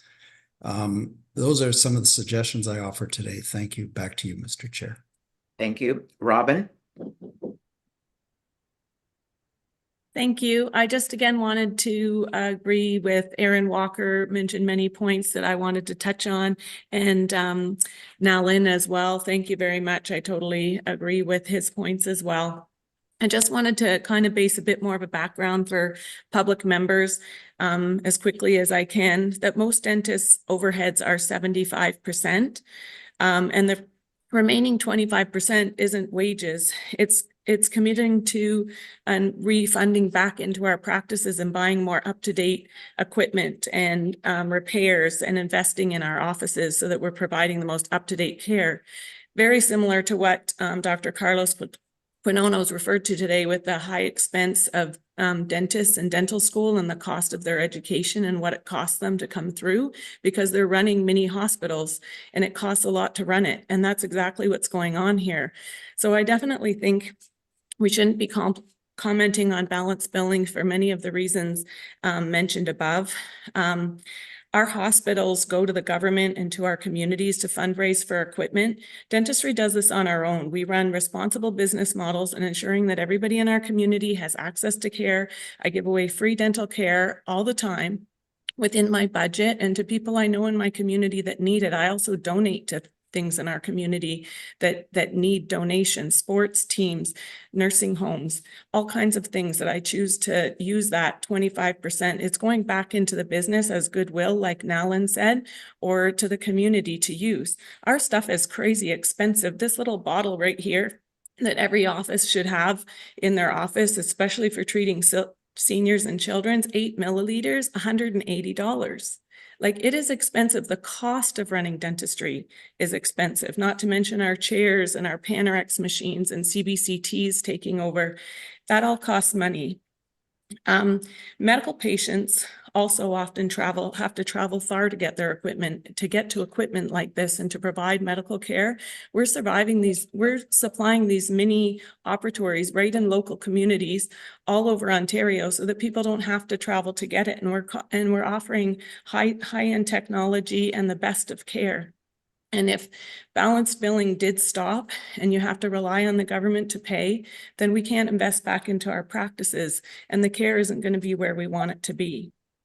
Running my small office in my community costs over $500,000 every year to run, to equip staff, purchase supplies, hydro insurance, pay off loans, and donate to my community. Our current system of dental health care management has worked well for decades. So why impose a failing model like OHIP, which we can all see as failing, on a fully functioning system?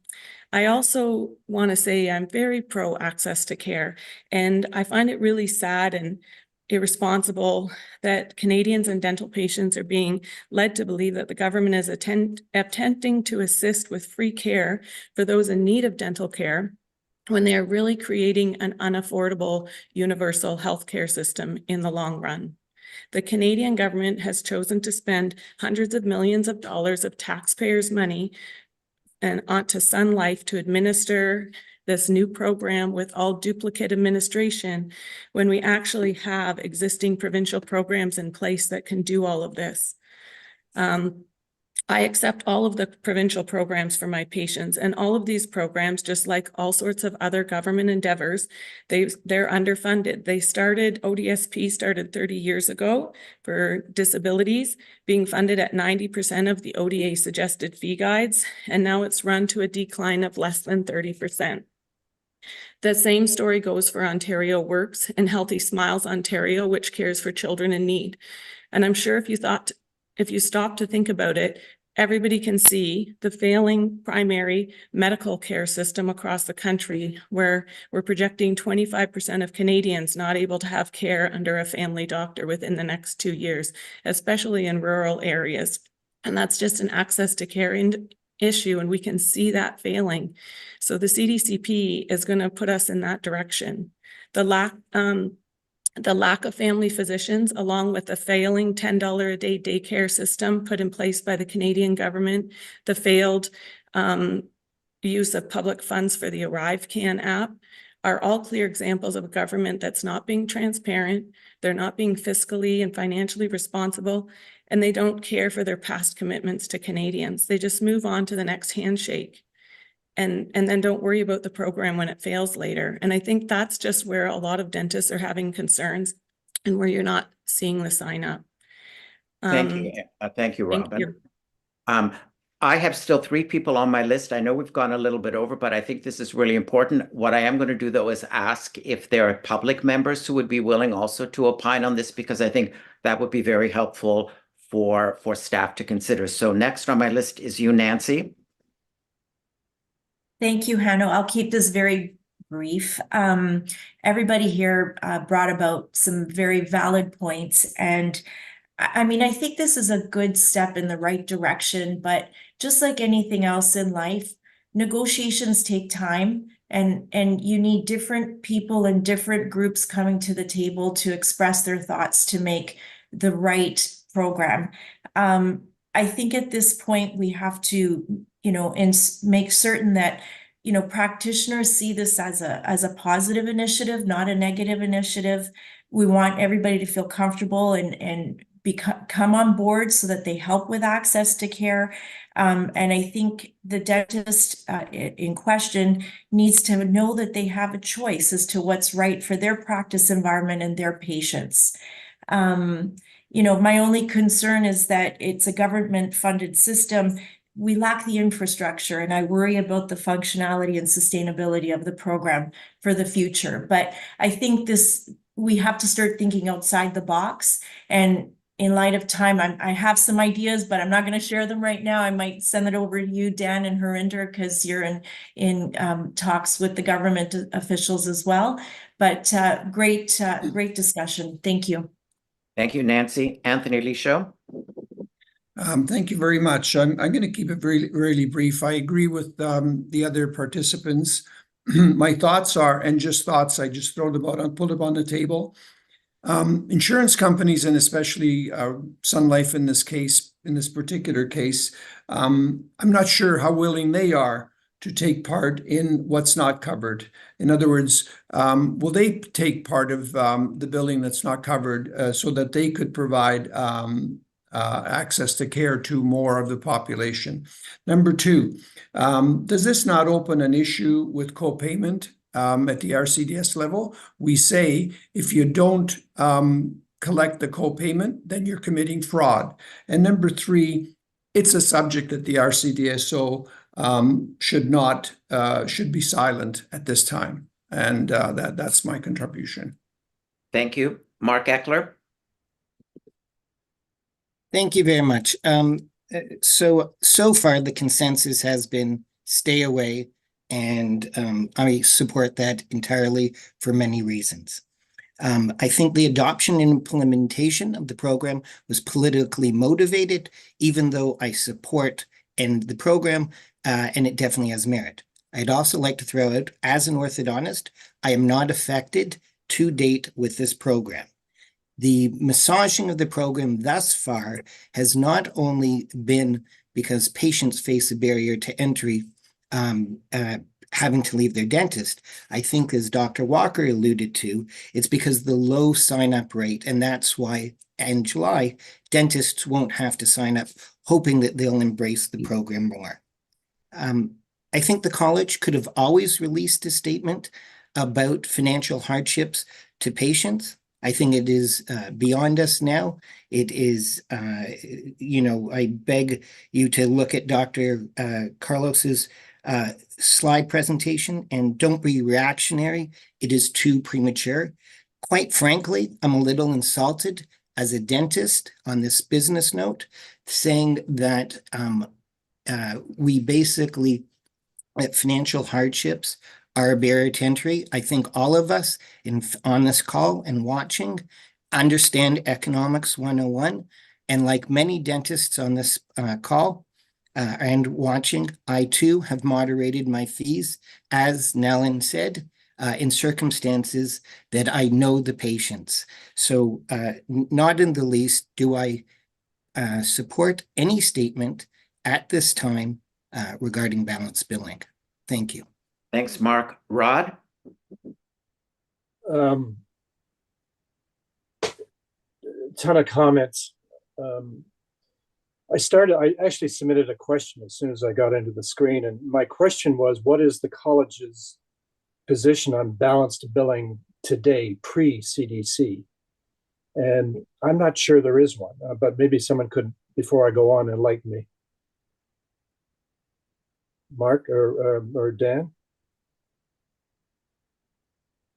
If you called on me, my understanding is that, as it was already suggested, is that if there is insurance, it is the dentist's obligation to collect the co-payment. Right. And So, $2 million. Thank you, Mark. Can I jump in? Sorry, I think there's more nuance than that, and certainly my colleagues should jump in on this. But co-pays are different from balance billing, and on the balance billing question that you had, Rod, we don't have a position other than in an article that was written, I think, back in 2017. We said to dentists that they should follow the rules of the government-sponsored programs with respect to balance billing. And those are Ontario-sponsored programs.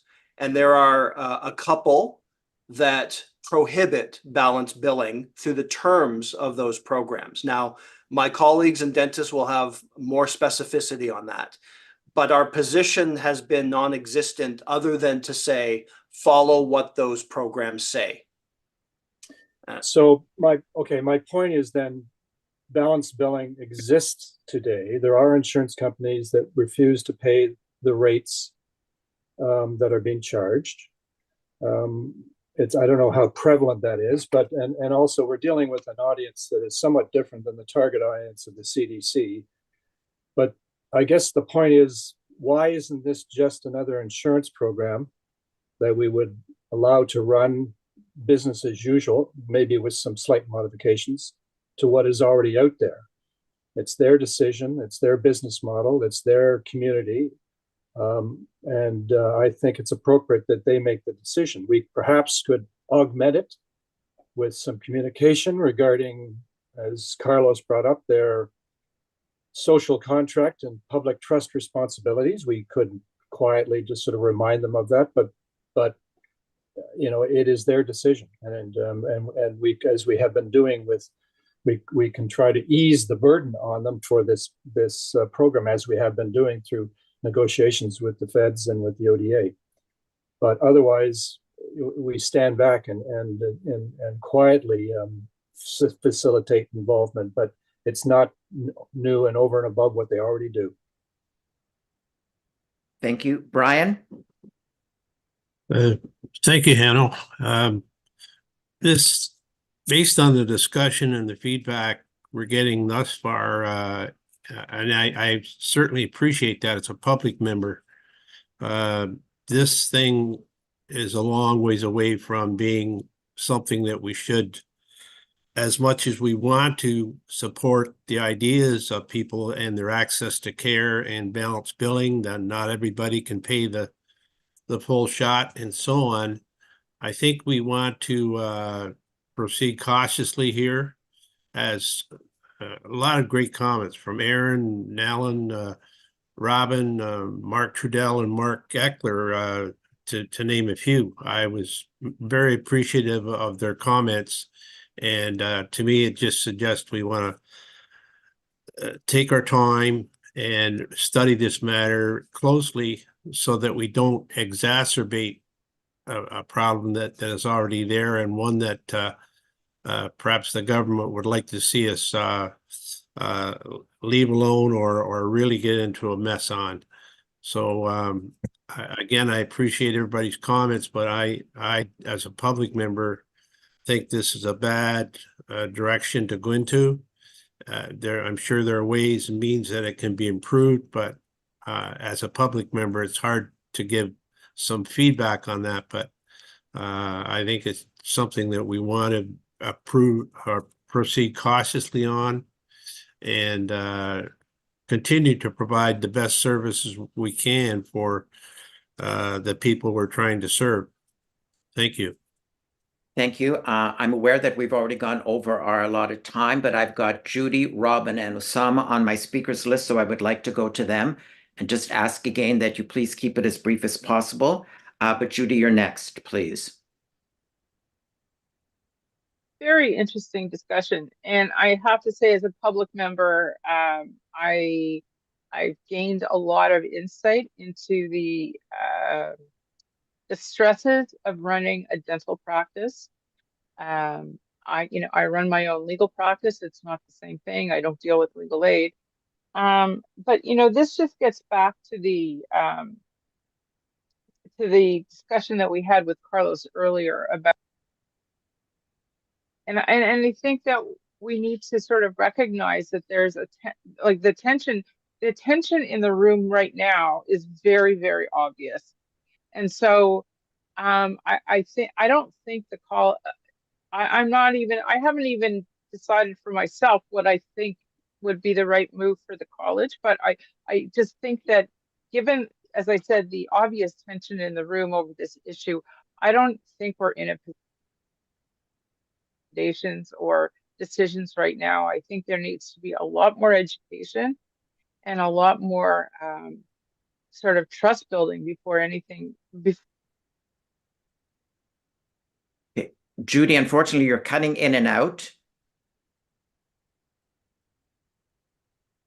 So Judy, unfortunately, you're cutting in and out. So I'm going to have to go to Robin. You're next.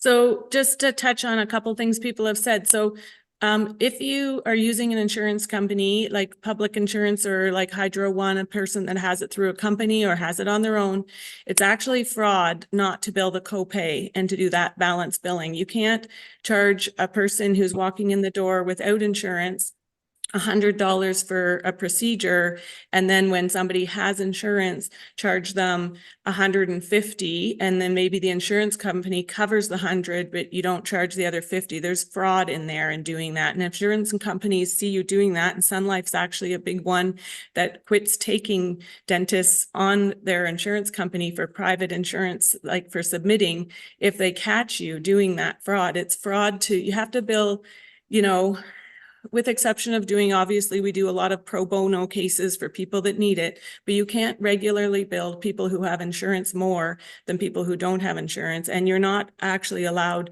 by insurance companies to not collect the copay, which is also in this discussion with this, because this isn't a free program. There is copays of 40 and 60% for some people. And as Sun Life has said on many of their webinars that they've done in the last couple of months, you actually legally have to collect the copay. They're asking us to ignore the balance billing like a little bit more than that, but they're reminding us consistently how illegal it is to not collect the copay. Just one other quick topic is I've lost 2 patients already because I haven't done CDCP yet, and I'm afraid to do it financially. And they've gone to other offices further away to get their care. And both offices have not called me for x-rays. And in fact, I know one person that went and they were put 20 x-rays under the CDCP on a new patient exam. And I actually have current x-rays. So legally, people should be calling back and getting the x-rays, but the dentists that are going on CDCP, if they're going to do it and take the risk, they're putting through everything that they can bill. So they bill a new patient exam on that person who, if they stayed with me, that wouldn't be an expense that taxpayers would have paid for. And they just paid for 20 x-rays, which is crazy. I've never taken 20 x-rays on a patient.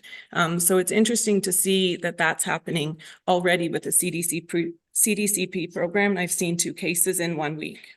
Okay. Thank you. I've got Osama and then Amelia. I actually just lowered my hand because Robin said all the things I was thinking of. So thank you. Okay, thank you. Amelia, your last speaker on this, please. Thanks. Overall, I believe it's an excellent program, the CDCP.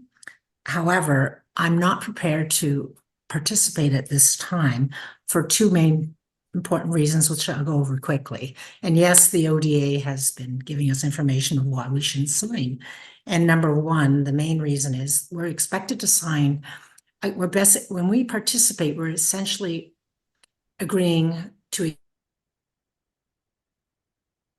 unilateral contract.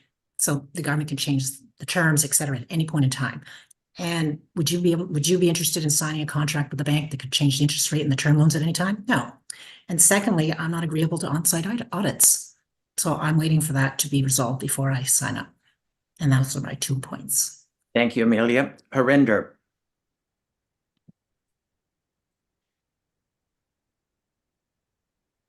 Thank you, Mr. Chair. And thank you so much for all the council members, professional members, and public members for this passionate discussion.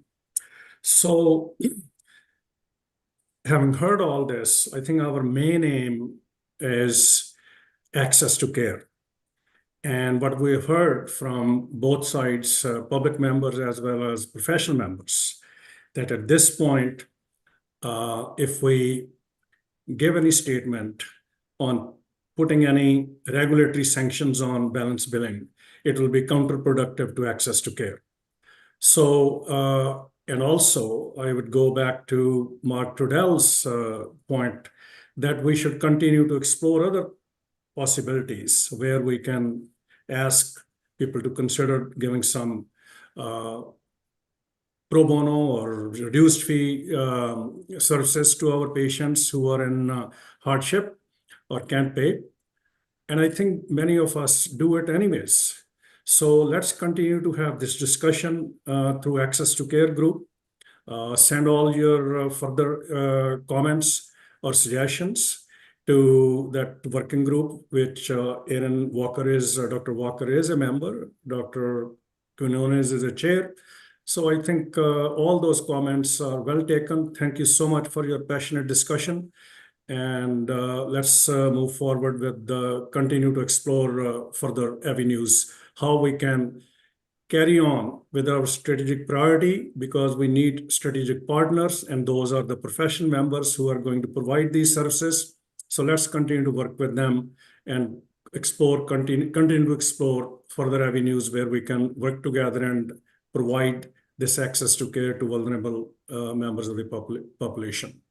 Thank you again. And also, Hanno, I want to thank you for a brilliant management of this meeting. It has been a little bit longer than what we expected, but I think you have given time to everybody to speak. Thank you again for everybody and the staff, Dan and the leadership team and the staff of the college. Thank you so much. And we will, I think the next meeting is on 20th of June. If there are, Hanno, back to you. Thank you, Harinder. And I'm going to echo Harinder's comments as well. I know we've gone over the time allotted, but there's been great discussion and questions and suggestions made. Hopefully everyone sees this as a valuable sort of overage. Again, a reminder that our next meeting will be on Thursday, the 20th of June. It will be a virtual meeting. It will also be a shortened meeting like today from 9 until 1. And the June meeting will be live streamed as usual. I would also like to echo Harinder's comments in terms of not only thanking council, but also a huge thank you to staff who were present today from the very beginning and who worked so hard behind the scenes to pull this all off. So thank you to all staff who have been so involved in having this meeting conclude successfully. And at this point in time, the last item on the agenda, now that we've reached the end, is a mover to adjourn the meeting, and that's moved by Anthony Lisho, seconded by Nalin. All those in favor? And I'm assuming that motion has carried. Thank you all for your attendance and have a good day.